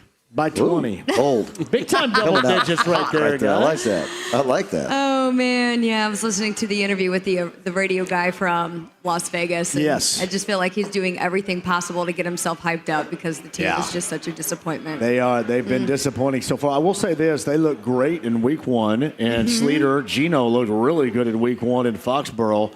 But since then, they've been more of a mess than anything else. I mean, he looks like he's seeing ghosts out he there does, right now. Yeah, he does. That's good for us. He does. For us. I got to give a shout out to Kurt Bedwell. Kurt Bedwell over there, the pride of Linton, a former miner from Greene County. Linton. By the way, Bloomfield has the Apple Festival coming up this weekend. That's Aggie's Funhouse down in Bloomfield. But Bedwell is here, a loser of, what'd you say, 70, I believe? Joel A. Erickson is leaving. Joel, see you later. We'll talk to you tomorrow. Loser of 70 over there, pounds, and that's nice to hear from Bedwell. Good to have you here, my brother. Sleater, you said you had some college football looks this weekend, do you? I got one tonight. Feel really good about it. Well, let's go. So, what are you feeling? Tonight you've got Sam Houston State going to New Mexico State. We're all over that one. Oh. Yeah. We've got, it's a late start, 9 o'clock. And Sam Houston State 10-0 last year, 0-4 this year. I think the public sees a winless team coming in as a favorite on the road, only a 2-point favorite. Yeah. I'm all over Sam Houston State. Sam Houston State, Brent. Love it. Sam Houston -2. We are a bit deviant in our selections when we're going to Sam Houston State and New Mexico State on a Thursday night, aren't we? We just kind of just said to hell with it. Let's just go ahead and go dive right in. Right into the pool. You got to play with the cards on the table, That's right? exactly right. There's no doubt. You get some good stats from this guy over here. I love it. You got other college football this weekend. This, by the way, is a weekend without IU.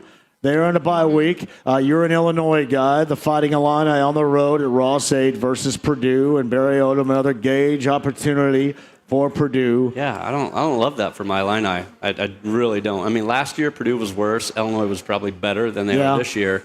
And now you're going to Ross 8 again. That game's always close, no matter what. Illinois almost tell the folks what you don't like about the Illini. I mean, Ross 8. just inconsistent. I mean, I love my team, but that win against USC last weekend. Yeah. I mean, those Big Ten teams on the West Coast, they never win coming to the They're East screwed. Coast. So, yeah, I mean, they are screwed. So that probably has the Illini feeling a little bit better about themselves than they should be. And you can go in and you can lose this game real easy as almost 10-point favorites. And I just don't love how it sets up. You know, I know that the basketball teams have talked about this, the Big Ten West Coast teams coming here before. Like Mick Cronin has been very outspoken. Well, I wonder when this is going to really come to a head, and there's nothing you can do about it. I mean, USC was leading the charge for it, right? I mean, they were the ones that are asking for it. So, I mean, they can't really be complaining. Mick can complain. Mick complains about everything. But everything, yeah, he does. So the Illini and Purdue this weekend. You get Boise State and Notre Dame coming up this weekend. Notre Dame coming off that dismantling of Arkansas.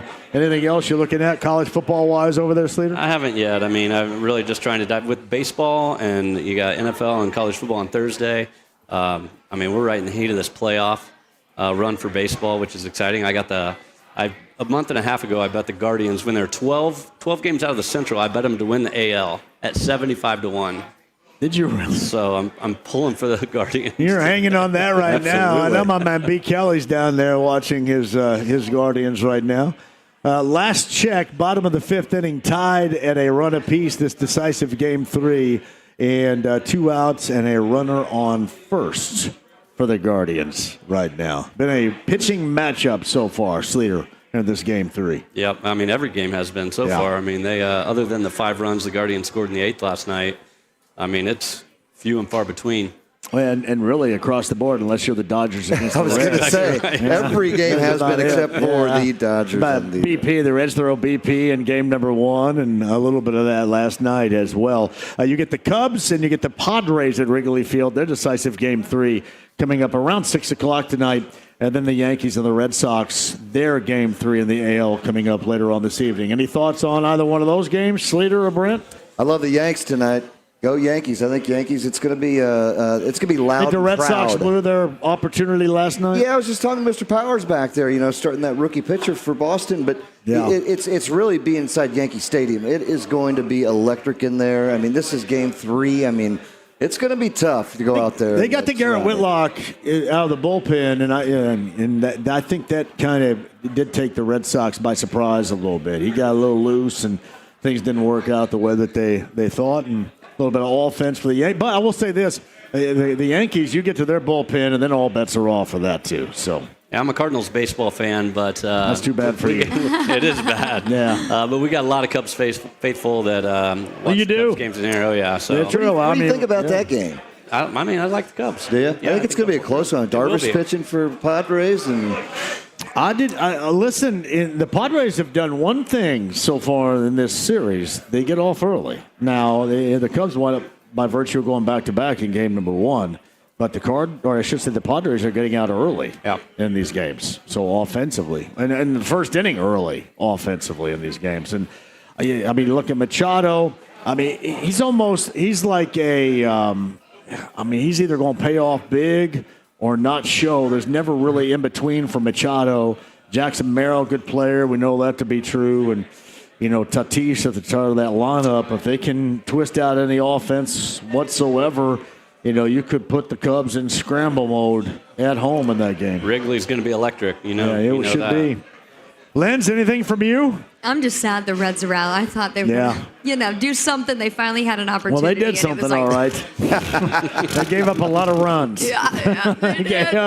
So, there went my playoff baseball season. So. Yeah. Lenz is going to rejoin now. You got to bail Brent at 5? Is that what you're doing? I'm going to step out right before, yes. All right, so we'll talk about where we're going the next week as well with you, and then Sleater's going to rejoin as well. Mike Chappell, top of the hour. Charles Arbuckle coming up at 5:30. Parks Place Pub, we're at Fisher's with Larceny Bourbon Locks. Luna Azul Tequila Shots with us on this Week 5 Thursday. We would love to have more of you right here, which means don't go anywhere. 93.5, 107.5 The Fan.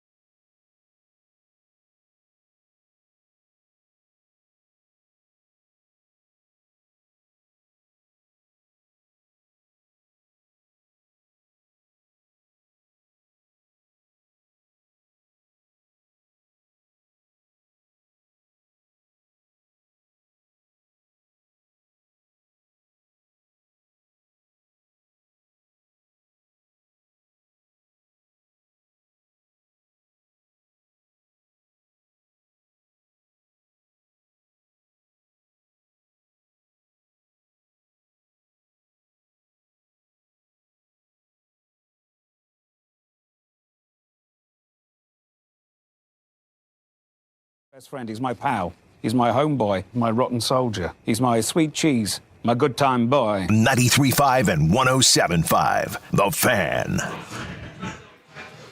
Have I told you how much I love this place? Parks Place Pub in Fishers. Brent Halverson, Heaven Hill Distillery. Sierra's on senior night for volleyball. Mount Vernon.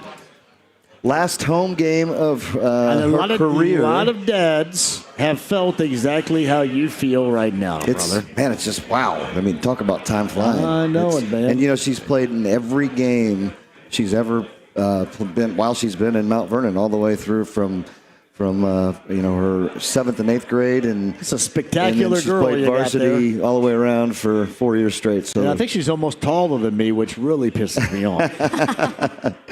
I wish she had about 2 more inches. Would have been great. But no, it's gonna be special. I mean, we got a special group of girls over there, so it's gonna be tough for a lot. There's 9 seniors on the team. Wow. Yeah, and so we've got to do the walkthrough on the floor, which is going to be pretty cool. But again, I just telling you, man, I just kind of got that happy and sick feeling all together. I can tell you've got some churning.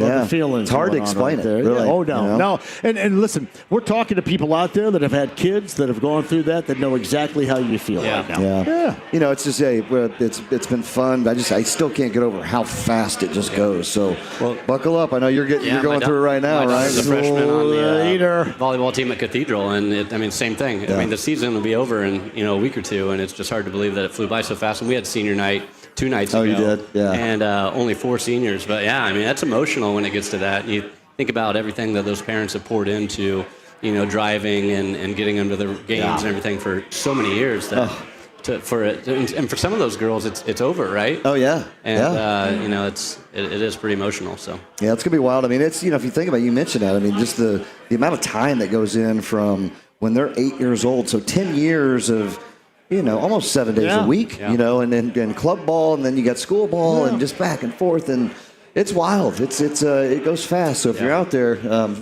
soak it in while you can. Yeah, my daughter's a sophomore and does basketball, so it's a little bit different, but a lot of the same. Sure. Oh, absolutely. Well, you guys, as a recent high school grad myself, all these memories are coming back to me. But what I think about when I was going through all of this, my senior year, I was a gymnast for 16 years of my life, and then all of a sudden I went to Ball State, and I'm not nowhere good enough to be on that. All of those life skills that she's been learning, going through all of this, and the teamwork, and all of the things that she can apply to later in life. I mean, she's maybe not going to be playing this sport, but she's going to be utilizing everything that she's learned all throughout life. So it's not just going to be over. You just got to pick all those little skills and just see how she gets to grow them into her. Oh, 100%. I'm definitely looking forward to all of that, right? It's just the fact that thinking about she's going to fly the nest to be gone. Yeah. You're not going to be there, right? Like, we still have Sage who's going to keep us on our toes for the next 6 years, but this is my baby girl. She's it's just wild. We'll say a prayer for you tonight. I appreciate it. Yeah, absolutely. Yep. Absolutely. My favorite thing to do for Laney is to go play pickup basketball against our coaches and beat the hell out of them. That's my favorite thing to do. That probably really helps her out a lot. And then talk junk on the radio about him, too, which really helps her a lot. So no wonder Laney goes, he's kind of on his own right there a little bit. So, but no, man, I know that dads out there feel exactly how you, or have felt exactly how you feel right now. Yeah. So, it's been fun. It's been fun. It's going to, culminate here. What do you guys play tonight over there? Play Shelbyville tonight. So then we've got the sectional draw. Everybody's coming up to Mystic Waters on Sunday. Nice. And to be watching the sectional draw and seeing how that goes. And again, looking for that to get past that Yorktown hurdle to see when we play those guys, and hopefully have one last shot to beat Yorktown. Look at Lynn's is cocktailed up over there. Do you work tomorrow? Friday's your... No, I work tomorrow. Oh, do you really? Cool. It's my first Operation Football that I've ever really gotten to do because I'm switched my schedule this week. Ah. Yes. Hey, where's the Queen of Ice Cream today? She's working till 7. Oh, yeah, she's got that. Oh, God. Yeah, she got a new gig. Yeah. Is she liking it? Yeah. Is she? I think so. I bet. We don't really talk about work anymore. We just talk about fun. No, dear. Good. So, yeah, the Queen of Ice Cream can no longer make it because she's anchoring. Mm-hmm. Who is she with? Phil. Oh, Phil Sanchez. Yep. Yeah, great. I bet that's fun as hell. No, tomorrow's going to be super fun. About as Operation fun as a Football. toothache. Oh my Yeah. gosh, I'm trying to change the subject. I know, you better. You better. About as enjoyable How about as that an weather? enema right there, yeah. Have you ever been to Flora? Have you ever been to Carroll? I know exactly where that is, Lindsay Monroe. That's where we're going tomorrow. Oh, well, hell. When I say we, not me, I'll be in studio. Is that what's his nuts there that's on with us? Dominic. He's on our morning show. Dominic He Miranda is. And I yeah. usually sleep right through it, so I've never Call actually him gotten what's to his hear nuts, because I couldn't remember his name. Say, yeah, what's his nuts? it. Yeah, that'll go over well. Where'd you say you're going? Carroll High School Yeah, in Fort Flora. Wayne. Flora. There's two. Okay. I think it's technically Carroll Junior Senior. Right. And the Distinguished, but it's the one in Flora. Oh, okay. Yeah. So It's Carroll Hall. Fort Wayne Yeah. is Yes. the number one volleyball team in the state. So that's why I was Really? curious. Yeah, and HSC's 2, Westfield. I mean, it's they're all right there. Mount Vernon's 11 It's right just now, an so. athletic machine up near Fort Wayne right now, too. Oh, yeah. Carroll is. Yeah. Absolutely. It is. It very much is. All right. Awesome. You got to run. I do have to run. I do apologize. I love That's you okay, guys. buddy. Been real. Hey, love you. Hey, man. buddy. We'll see you You next got it, week. right? Love you. Next Yep. week we are at the Ale Emporium In Greenwood. In Greenwood. I'll bring So- over all the Center Grove coaches to Look at hang that. out with Bring them us. over. Yeah. Yeah, let's do it. Then I'll go and then whip their ass later on that Thursday night to pick up basketball. But we'll butter them up with the cocktailage coming up next week. Hey, we can make all that Say, work. hey, my daughter needs a little bit of clock here, so here's your next cocktail. Yes, we got you Come covered. on now. Come on out. All right, man. We'll see you down there. Congratulations, All right, man. thanks, You got a great Appreciate one. it. All right, Appreciate it. Sleater's going to hang. Thanks, buddy. Lindsay Monroe is going to hang. We are going to hang at Parks Place Pub. Got a couple of guests coming up too. Mike Chappell, CBS 4 and Fox 59, and also Charles Arbuckle, the former Colts tight end. Do not go anywhere. More stuff to come, including Kansas, Jefferson Starship tickets, and more bullseye passes as well. Win Schuler Spreadability. Make sure you get some today. Your favorite Meyer location, Gordon's Food Service. Win Schuler's Spreadability is back for 2025. Make sure it is a part of your snacking table. The Spreadability of Win Schuler's. Find it in your favorite grocer's refrigerator today.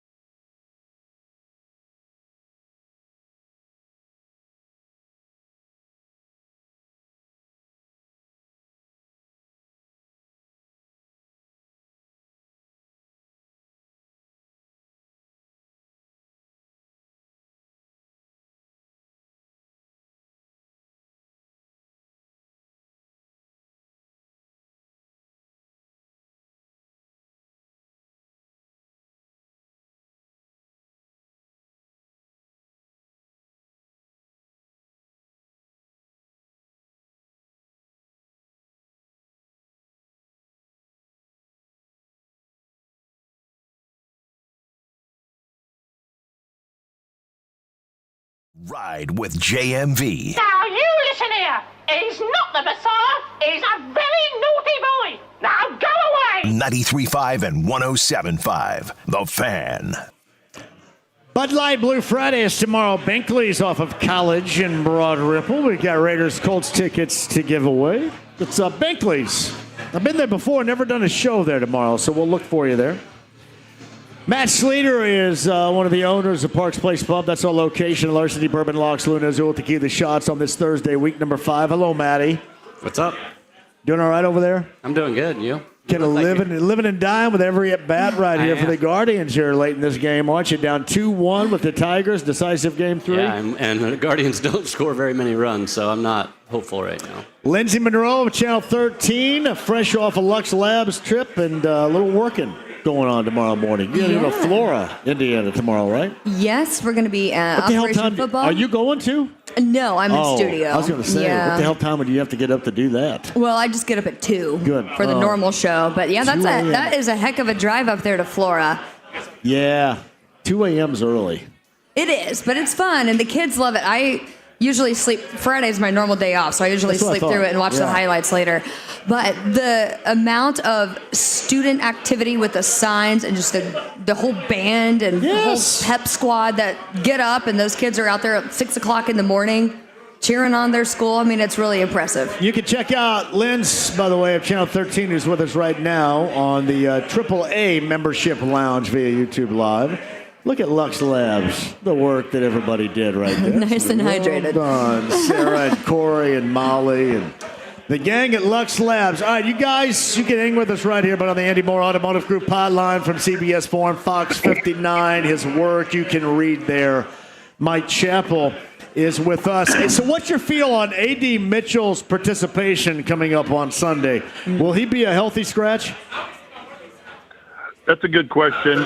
First of all, with Pierce coming back, and as long as Pittman's hamstring is nothing that'll slow down him Sunday, if he plays, he's going to play 8 to 10 snaps. And this would be a chance for a team that preaches accountability to set him down for a game. I just don't. It's hard to keep 6 receivers up on game day, and you've got Ashton Doolin, who's a special teams, phenom, and Anthony Gould is a return guy. So they're being very, very cautious about what they say. Shane Steichen says he's got to earn it in practice. Well, I think he has been earning his playing time in practice. So I don't know. Yes or no? I would probably sit him down for a game, not 2, 3, 4 games, but a game. You did that with your quarterback last year. Certainly different reasons, but when you felt he wasn't giving you what you needed. So it was doggone it, it was such an egregious mistake that happened 9 months earlier. It's not like, this hardly ever happened. No, it's happened twice in 9 months, for crying out loud. And the question you've got to ask is, if you sit him down for a game, for obvious reasons, to get his attention, I guess, how much do you do damage on his confidence? I don't know. But if you're going to preach accountability, I don't know any better way of getting a guy's attention than making him sit down for a game. It's a good question, and I think I'd sit him down for a game. But I could be talked out of it, but it would take some hard talking. Yeah, it was just so hard to watch that all go down. I mean, it was like, oh my gosh, how can one player cost multiple touchdowns? But from the defensive side of things, obviously Howard had a less than impressive performance on Sunday as well, and that kind of took care of itself. Where do you think the Colts defense stands, especially from the quarterback position and, calling up practice squad guys and bringing other people in? I mean, the talent. I mean, where do you think we stand at that position from an overall defensive outlook? It's funny because I'm sitting here typing that story right now. So you guys interrupted my masterpiece. I read your mind. I sort of think we saw the blueprint the second week when Mooney Ward was out with a concussion. They started Mekhi Blackman alongside Xavier Howard, and Kenny Moore played a bunch, obviously. So I think that's probably what they do. We talked to Jonathan Edwards, the rookie, undrafted rookie today, and he's a possibility. He's played like 11 snaps in 4 games, so that would be extreme. I assume they go Mooney Ward, they go with Mekhi Blackman, and then Mike Hilton plays in the nickel. I don't know that they start Mike Hilton outside like the Colts would normally. If this was Mooney Ward and these guys and Kenny Moore was healthy, I think he starts outside. But I don't think they would handle Mike Hilton the same way. So fortunately, I guess if that's the right word, you're not facing the Rams, who have 2 elite receivers. The Raiders don't have quite that. I mean, Brock Bowers is different with how you're going to handle him. So I think Blackman steps in and starts. That's who started against Denver when Mooney Ward was out. But they need a week or two to get Jalen Jones back. He can start practicing next week for that hamstring. And they need Kenny Moore back. Kenny Moore is just, when you're thinking of irreplaceable defensive players, you're thinking of Kenny Moore and DeForest Buckner. So I'm sure that Kenny Moore won't hurry back, won't push coming back from an Achilles injury. But boy, they sure miss him. So Mike Chappell of CBS 4 on Fox 59. He's on the Andy Moore Automotive Group hotline. He, of course, have covered a quarterback who decided to go ahead and retire 2 weeks before the start of the season. Have you ever covered a quarterback that decided to retire during the season, as you have this past week with Xavier Howard? Oh, good question. Probably, but I'm trying to think how Vontae Davis went down. Did he sort of ask to be released? I can't remember how that went down when it went to hell that one year. But no, and again, this is a guy that started 4 games. He started 4 games for you. But they had to do something, and whether before he retired, I'm wondering if Lou Anarumo was thinking about, man, we gotta get somebody else in there, which would have been awkward, than to have Howard coming off the bench. But sometimes, John, you're watching things, and we're not. I didn't go to college and major in football, so we kind of follow our eyes, and it's the eye test. I didn't need Pro Football Focus or Next Gen Stats to tell me that Xavier Howard wasn't playing to his level. You could just see it.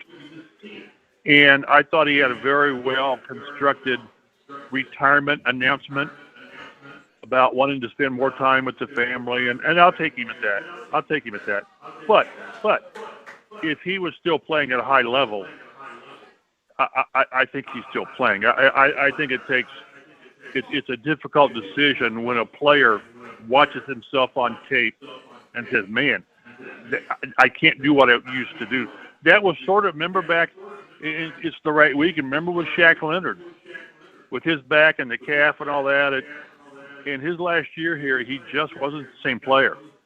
He didn't have the explosion. He couldn't do what he was used to doing. So I think the hardest thing, normally the NFL tells you that you're retired because no one signed you. Sometimes the player realizes that, man, I just don't have it anymore. Now, whether he didn't have it or whether he didn't have the commitment to do what it took to get to that level, I don't know. But it was obvious he wasn't the same player, and he was a detriment to the defense, and they were going to have to do something one way or the other. Go ahead, Linz. Yeah. It's just, I think that's kind of a big, well, we kind of figured out the quarterback situation, so we're like, all right, what's going on with this defense? But at least we have a team. A lot of folks are optimistic that we have a good chance again. So it does give at least a week to get some of those reps in to see how that all is going to ultimately play out before we have a challenge against the Cardinals again at home. So that's at least an advantage, but it definitely looks like the schedule will start to get a little bit more difficult here coming up. Wanted to ask you about the quarterback competition here. Obviously, Daniel Jones has been super impressive so far this season. Love to watch him, but what are you thinking about Geno Smith and all those interceptions that he threw? I mean, do you think that we have the upper hand when it comes to quarterback play this week? Oh, I think so. You got one quarterback in Daniel Jones who seldom throws multiple interceptions. He really takes care of the football, and you got another guy who's going to give you some chances. And I think one thing that plays into that is the Raiders' offensive line's a mess. They've given up 12 sacks. I think it's 12 sacks and none last week. So he will give you chances, and they've still got quality DBs with Nick Cross and Cam Bynum and Mooney Ward. So if he puts the ball at risk, they will make him pay. And I was, it's really kind of funny. I was encouraged by the loss to the Rams. I really was. That could have been a game after 3-0 start, and what are you? You kind of got lucky against Denver. They went out there and had every chance to win, every chance. Add 2 more touchdowns on the board. I realize it's a if thing, but they win.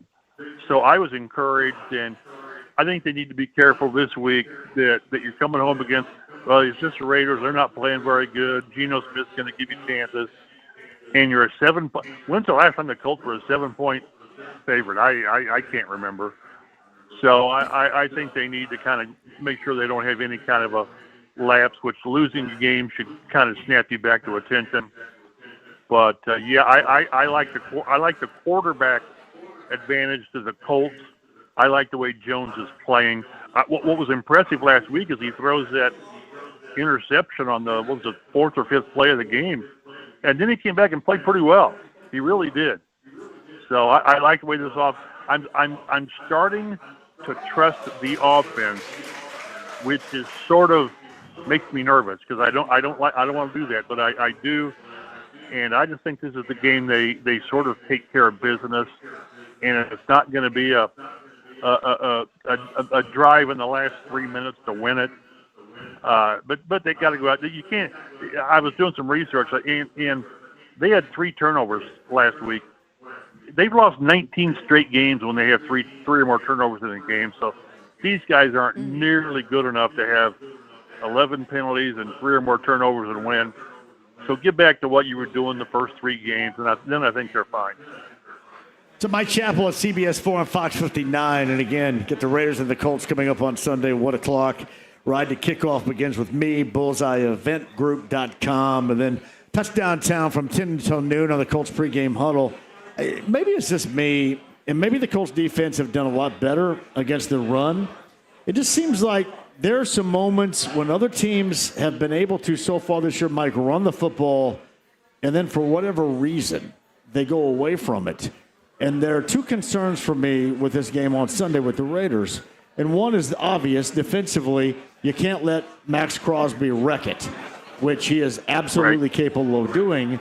The other thing is Genty, the rookie, he'd kind of been on training wheels until last week, and they cut him loose. I kind of wonder if Pete Carroll and company and Chip Kelly may cut him a little bit more loose. And this is something that I don't think has been really a major focus of, well, what we have seen teams be able to do against the Colts defensively, but I think they can if they stick to it, and I kind of wonder if maybe with that rookie running back, the Raiders might not try to do that Sunday. Yeah, they're giving up 4.5 yards a carry, which is it's too much. That's too much. And you just see Kyron Williams gets 10, 11, 10. And, and a guy like Jimmy may get 10, 11, 70. Yeah. The Jonathan Taylor type thing. So, I no question. And maybe it's a good thing that the rookie had that breakout game last week. And if you needed any kind of a wake-up call for your meetings this week, that's certainly one. Was it 130-some yards and 3 touchdowns? And that again, Geno Smith's not going to be throwing 3 or 4 interceptions if he's handing the ball off and getting really good yardage from the running game. So yeah, that's sort of a quiet bother, a quiet concern of mine as well. It's not they're not getting gashed for 150 like they did last year with early in the season by a guy, but they've had stretches where guys have just gotten loose, and great backs will really make you pay for that. And that to this point, that's not being the case. This player can do that. Nobody ever sticks to it. I mean, we've seen the game so far this year. I mean, nobody sticks to it. I get what the Rams did with Stafford and Nakua was doing whatever he wanted, but Mike, nobody has stuck to it. Denver didn't stick to it. Tennessee didn't really with Pollard whatsoever. And, we saw Miami. Nobody stuck to it. He did. And yeah, and the reason why I bring this up is you get the combination of a quarterback that's been scuffling here recently in Geno Smith. And even though the Colts look like that they can be taken advantage of in the secondary if you want, certainly, to me, if you start running the football and trying to get back on track with this rookie and you're kind of really taking the cloak off of him a little bit as they did last week against the Bears, this might be a weekend to watch out for that if you're the Colts. Well, that's what I was going to say here. I'm looking at this. Go ahead. I was just going to say, what if the Colts get out to a 14-0 lead? Genty becomes a non-factor. They're going to be forced to throw it, and then you're looking at another 2 or 3 interception game. It could be a rout at that point. Right. I mean, that's an optimistic look, but like JMV was saying, I looking at this and 78 yards, 118 yards, 86, 102. No one's really gashed them, but I don't know. Like you said, no one's really been committed to doing that, and at some point that can be the case. But no, the great equalizer, get out in front, and then you sort of take Jenny out of the game, and then you take Max Crosby out of the game at some point because you're not throwing the ball 35 times. And I'm telling you, Max Crosby there's like 5 or 6 defensive players, and no more than that they can wreck a game. They can do nothing for 50 plays, and then for 3 plays, they tear it up. And he's one of them. It's kind of like with why Dallas got rid of Micah Parsons. He's such a difference maker. And Max Crosby's one of those, the T.J. Watts and people like that. This is one of those guys. And Bernard Ryman can play great for 57 plays and have 3 bad plays against him. And Max Crosby, he wins that. So you got to really be careful. Those rare players that can wreck a game in a handful of plays. No, I completely agree. And Mike Chappell joins us. Before I let you go, I did want to get to this as well because it cost them last week with their special teams operation.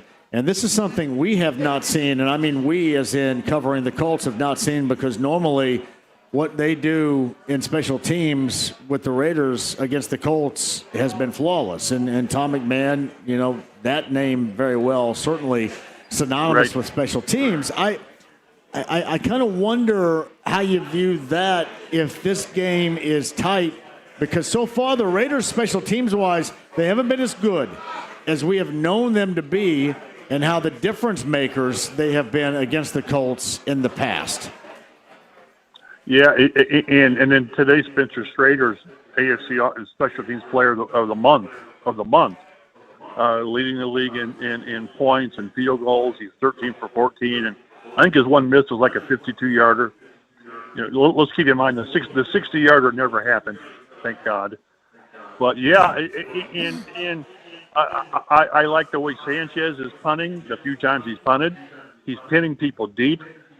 And I don't know that I can remember as many botched kicks, punts, and blocked field goals as we've seen in the first 4 weeks of the season. Well, it's been automatic, and he was not last weekend because of that. Right. So, and again, you say that's a hidden part of the game. It's not hidden at all. It's out there. I always remember McAfee saying every time Vinatieri went on the field, there are points on the line. So, and one other thing on the Colts and special teams, it's really cool that Spencer Strader's 13 for 14 on field goals and all that. They've got to get their red zone offense fixed. because they're leaving points on the field, and you leave points on the field often enough, and you're going to get beat. I don't care who you're playing. Yeah, it's Mike Chappell of CBS 4 and Fox 59. He is on the Andy Moore Automotive Group hotline. You have a great opportunity this week and then next week, and I'm not trying to get too far ahead.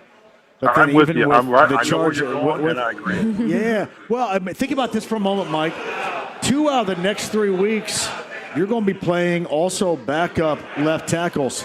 So can we shout out to this Colts defense up front and a guy like Latu to maybe be unleashed? Because the opportunity, and the next 3 weeks, the opportunity is there. But I think for them to consistently get after the quarterback, 2 out of the next 3 weeks is absolutely there. I think Latu is I know we're talking about the almost sacks, but one of the stat sites, Pro Football Focus, I think, had him ranked top 5 last week in pressures. It was a really strong game. Got his first sack. I think he's due to have one of those 2-sack games, and I think the defensive front's ready. And we talked about, again, the first part of the schedule. You got Raiders, you got Cardinals at home, you go to the Chargers, and their offensive line's a mess. But then you come home with Tennessee. So it is just set, like we talked, it's just set to get out to that good start. So when you get to the back end of the schedule, you've got room to kind of settle down. So take care of business at home and see what happens against the Chargers, and then come back home against Tennessee. And my goodness, you're sitting in pretty good shape. Pleasure, buddy, as always. I appreciate every Thursday. We'll do it again next week, and I'll see you in the press box coming up on Sunday. Mike, thank you. You guys be well. Mike Chappell of CBS 4 and Fox 59's on the Andy Moore Automotive Group hotline. Sleater is here from Parks Place Pub. That's our location today. And Lindsay Monroe of Channel 13 is also rocking it. AAA Membership Lounge. You guys want to add anything to the conversation we just had? Sleater over there? Nope. I hated to get to you at mid-drink right there. My bad. That's all right. My bad. Yeah. Anything from you, Linz? I have a general NFL observation. Do you feel like there's at some point in the season everything that's kind of you would expect, like all of these numbers, all these Vegas numbers we make these bets on, do you feel like there is a certain week at which perhaps injuries come into play, road games versus home games come into play, where just weird things happen? Well, I mean, we've seen it with quarterbacks, and then I just brought this up with Mike. 2 out of the next 3 weeks for the Colts, they get backup left tackles. Because this week, obviously, with the Raiders, left tackle done, and then Alt is out with the Chargers coming up the week after next. So you get backup. Those are the types of experiences where you have to take advantage of those opportunities. Backup left tackles, backup quarterbacks, and try to remain as healthy as possible. But, Matt, other teams are looking at the Colts in that capacity. We brought up, Genty and, sticking with the run, teams not sticking with the run against the Colts.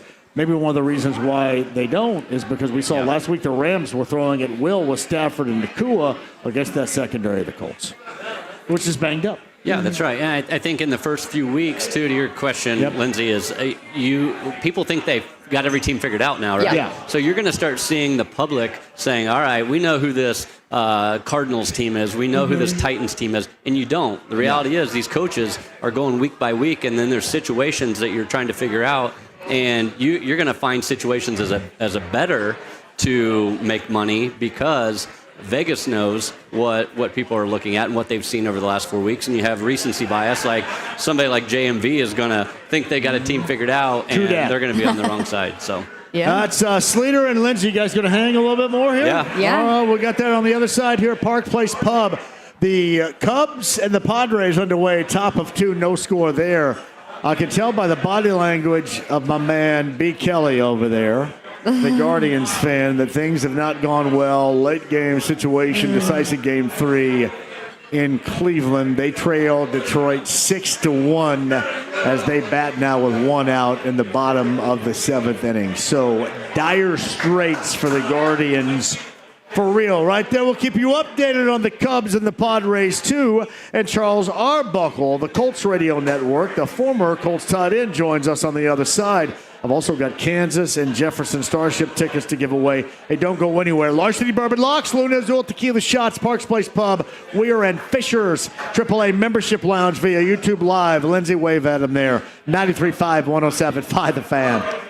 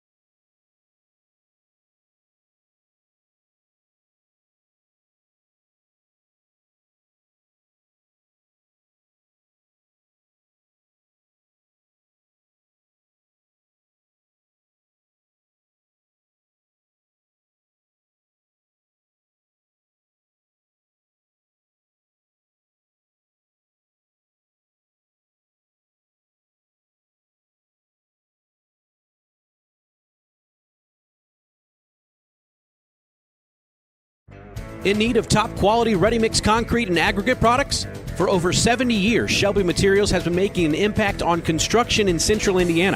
Whether it's houses, warehouses, driveways, or highways, Shelby Materials strives to deliver the industry-leading customer service and solutions that our clients have come to expect. Just ask the Colts. We've been a proud construction partner of the Colts for over 20 years. Learn more about how you can have the Shelby impact on your next construction project at shelbymaterials.com.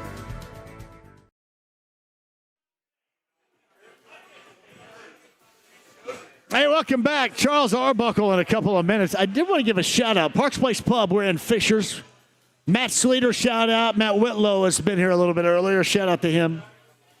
Brent Halverson, who is off for volleyball senior night at Mount Vernon. Shout-out to the lovely, the awesome, the talented Sierra, playing her final Mount Vernon volleyball home game. I want to mention this. So Kevin Green and Cameron Green just came up and introduced themselves as listeners here at Parks Place Pub. Jen is over there, and Jen just happens to be the mother-in-law of Thomas Engler, who is the head of all promotions, the overseer of right here. I mean, I love Thomas. It's funny, we worked with Thomas. Thomas was with us before, and then he went away, and now he is back. But Thomas is awesome. Jen, it is great to see you. Thank you for coming out today. The mother-in-law of Thomas England right there. Hey, by the way, you heard the re-entry, Kansas Jefferson Starship, coming up later on this month. You're going to find that at the Everwise Amphitheater. Number 9 at 239-1070, Kansas and Jefferson Starship. You can check that out coming up later on this month at Everwise. Number 9 at 239-1070 is a winner. Top of the 8th inning, the Tigers batting up 6-1. Decisive Game 3, AL wild card in Cleveland. Bottom of the 2nd inning, it is the Padres and the Cubs, no score, as Kyle Tucker bats with nobody on and nobody out versus Yu Darvish. And that decisive Game 3 at Wrigley Field in Chicago. Red Sox and the Yankees play their own decisive Game 3 in the Bronx coming up later on tonight. I mentioned Charles Arbuckle is going to join us coming up in a minute. Kyle Tucker, a little base knock right there. Tatis gathers. Tucker will stay at first. That is a lead-off single for the Cubs in the bottom of the 2nd inning. Matt Sleater rejoins us right now, too. You got money on this one, too? I don't. No. You don't? Your Cleveland thing's going, unfortunately, down in flames right here. It's going south right now, quick. Linz, anything you want to add here before we get to Charles? Can I do a little plug? I think you should. Okay, so this is my opportunity. So Jake Query, yes, as we know, we listen to the station a lot. He and I are going to be co-hosting an event coming up on Saturday in downtown. I think this is the 4th or 5th time we've done this. It is the Athenaeum Oktoberfest. Right. And we MC the Dachshund Dash. Oh, nice. The races start at 1 o'clock. I believe that's when the gates open. And this year they're going all out. Uh-oh. Something big happened. Hard to get a word in with the Cubs game going on. I know. I'm talking about Suzuki gets himself a little double. So 2nd and 3rd, nobody good. out right now in the bottom of the 2nd inning. The Cubs got a little something going right now. Go ahead, Liz. About time. Yeah. So coming up this Saturday, starting at 1 o'clock, we're going to be there, and there's a whole production crew. There's going to be instant replay. We've got a large camera, a video board that's going to be up so we can do those instant replays. We've got IFBs, which are little earpieces where there's an actual production crew going to talk to us. It is going to be all out. So come join us What downtown. time is that? Gates open up at 1. I think we have a race at 1 and 2:30, and then at 4. And then there's a Stein holding competition, a bra eating contest. And it's all in an effort to raise money for the Athenaeum Foundation. That is awesome. So it'll be good foundation, good stuff. So check out our friend Jake Query of Query and Company, noon until 3. He'll be with Lindsay. The Athenaeum coming up. That's going to be a great time. It will be. Sit tight with us right here, guys, on the Andy Moore Automotive Group Pylon. You'll hear him as a part of the Colts Radio Network and select games. He's always been a great analyst for us. The former Colts tight end Charles Arbuckle's on the Andy Moore Automotive Group Hotline. Hello, Charles. How are you? Good, man. Playoff baseball. You gotta love it. Gotta love it. Man, there's no doubt about that right now. Cubs fans are excited here at Parks Place Pub in Fishers with second and third and nobody out in the bottom of the second inning and no score in that decisive game number 3. Reds fans like myself were not really thrilled with 2 games in Chavez Ravine against the Dodgers, Charles. Not so much at all. Yeah, the Dodgers took it to you guys, I have to say. If you don't, I know you might not like the Dodgers. You got to at least go to Chavez Ravine and see a game there. Yes, I will say it's a nice place to watch a baseball game. I have been there a couple of different times, and listen, I don't know if there is. Here's what's funny about it. I think I'll give credit to Bob Kravitz, who I saw this on X, Charles, mention. It doesn't age.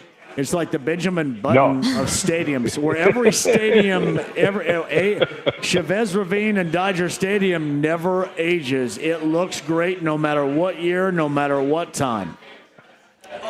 Yeah, you got, and I grew up an Astros fan. Oh, bases loaded now. Yeah, but I grew up an Astros fan, so I just got hit. Yeah, going out to LA to school, I got a chance to frequent it quite often, and even when I go back now, I agree with you. It just does not age, that place does.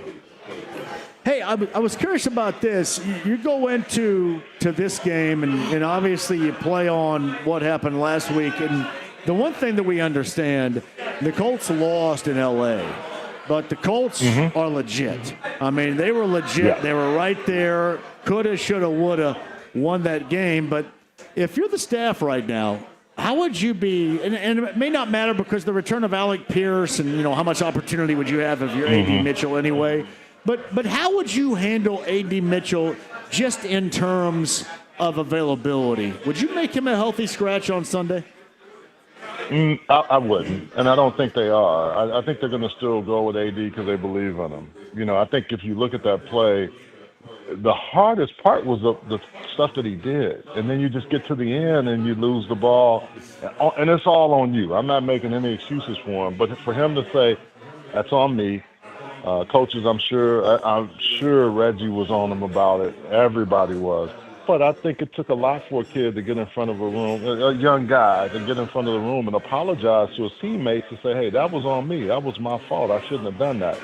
I accept that more than anything because he, if he was this guy that was only caring about himself, you would have saw that. I could tell as soon as he fumbled and walked away, you could just tell, what was I doing? And that happens. So the way you coach him is if he had a good week of practice, which it sounds like he did, I wouldn't make him a healthy scratch. Now, if we'll see if he does become a healthy scratch, how he handles that.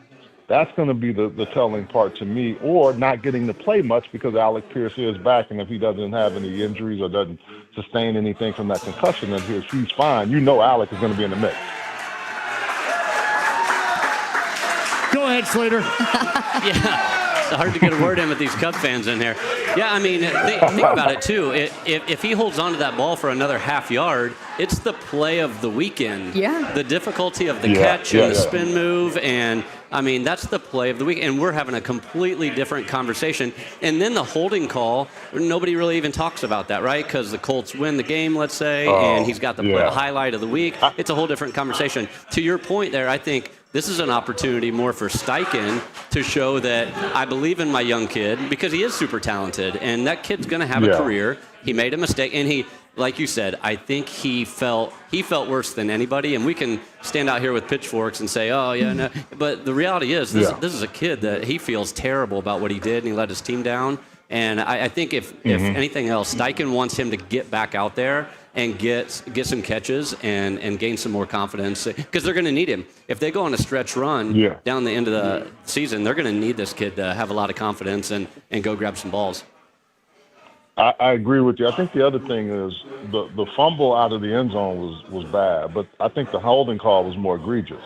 That's just me because he didn't need to do it, and he wasn't in a position where he was setting himself up to block. Part of that was because he had the fumble. I think if his mind had been in it too, he wouldn't have done that because it was too obvious that you just go grab a guy that's not going to even make the play.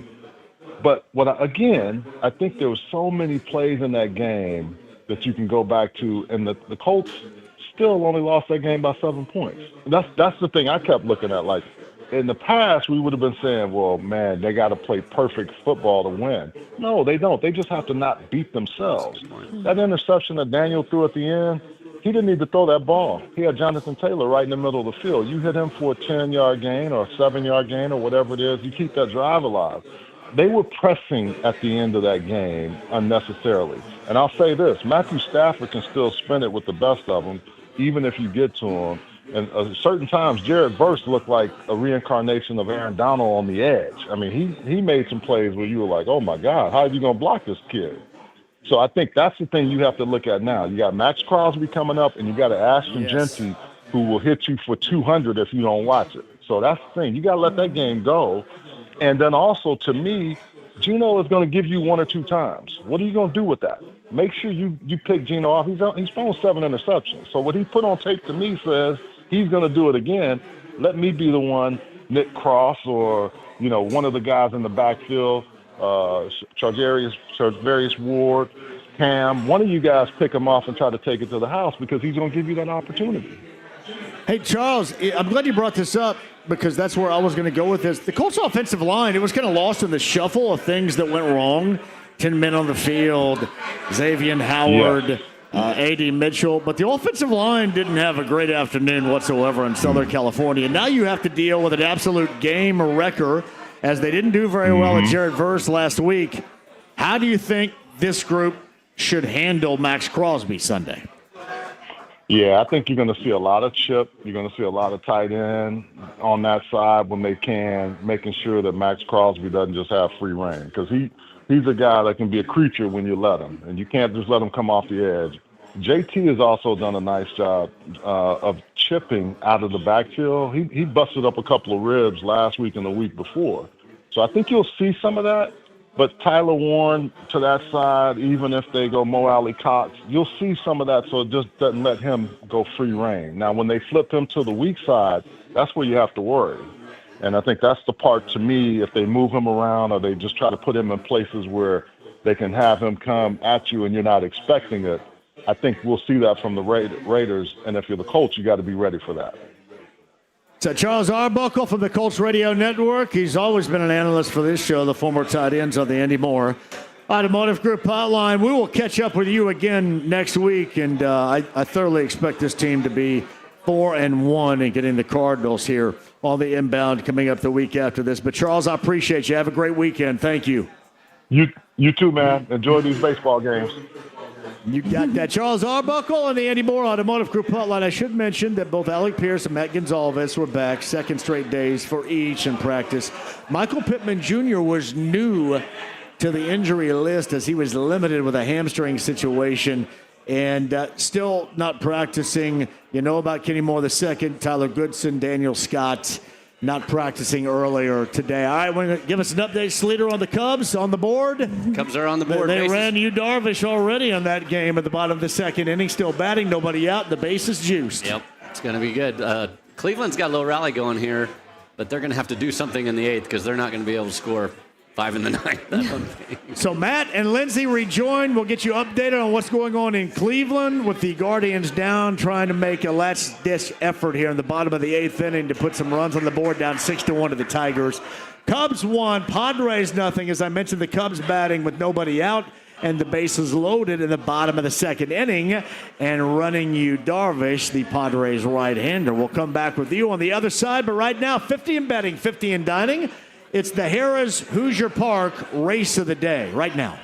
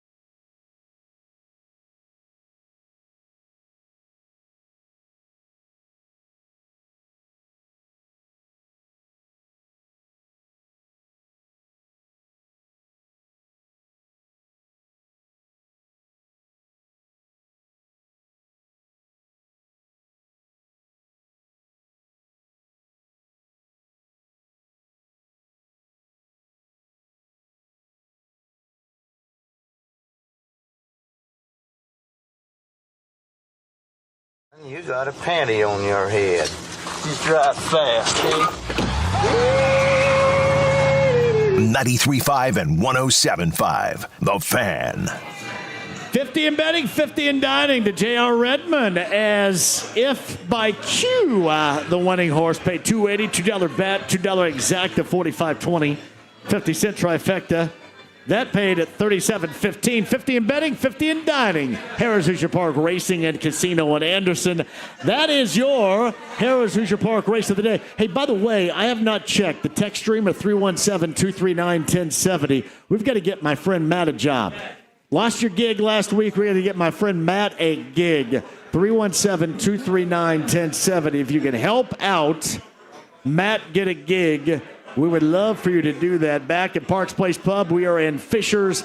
Matt Sleater is an owner. You doing okay over there? Doing good, You know, yeah. the Cubs got 2 runs, but they probably should have had more, to be quite honest with you. They should have. Cleveland could have, too. They got thrown out second there on that overthrow, but still pulling for these Guardians. They just don't score a lot of runs, so it's not looking great. But what do you guys have going on this weekend? this weekend, we've got Country Summer playing tomorrow night.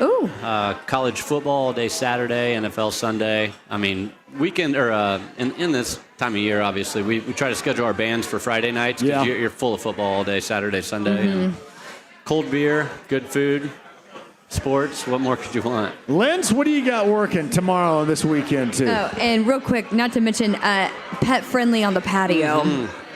Mr. Hank loves coming to Parks Place, so we take him on the patio. There's a bunch of TVs out there. There's audio out there, so you don't miss anything, and your pet gets to hang out with you.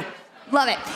So tomorrow, I'm actually working on a rare Friday morning, so I feel very fortunate that I get to be a part of the Operation Football operation, if you will.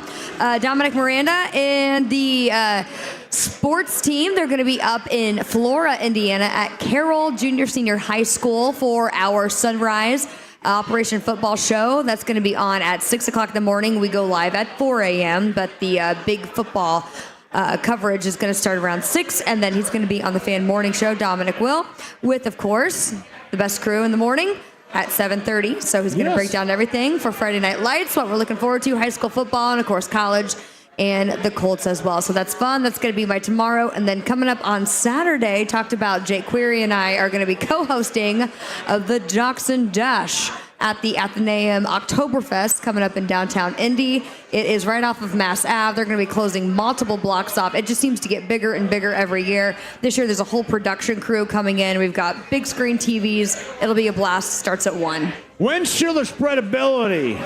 Find Win Schuler's your favorite Meyer location, Gordon Foods. Got to have it on your table. If you're snacking, have it at a tailgate, party, whatever. Win Schuler's Spreadability, your favorite grocer's refrigerator today. Matty, thanks for having us, man. Thank you for being being here. awesome. Larceny Love Bourbon having you. Locks, Luna Azul Tequila Shots, Brent Holverson a little bit earlier. Good to see you, Linz. Great to stop by. Lindsay Monroe of Channel 13. Look at Meg's out for her second live show with us today. We love Parks Place in Fishers. We will be back. Bud Light Blue Friday tomorrow. We've got Raiders Colts tickets at Binkley's and Broad Ripple off of College beginning at 3. Binkley's and Broad Ripple beginning at 3 coming up tomorrow. I didn't see Dave Smiley here. Where is he? Yeah. SPT and Collinsworth are here. Adam Ritz told me to tell you hi, too. Shout out to Adam Ritz, but you guys know who the number one DJ in Indiana is right here, guys. Binkley's tomorrow in Broad Ripple, Bud Light Blue Friday. We'll see you then.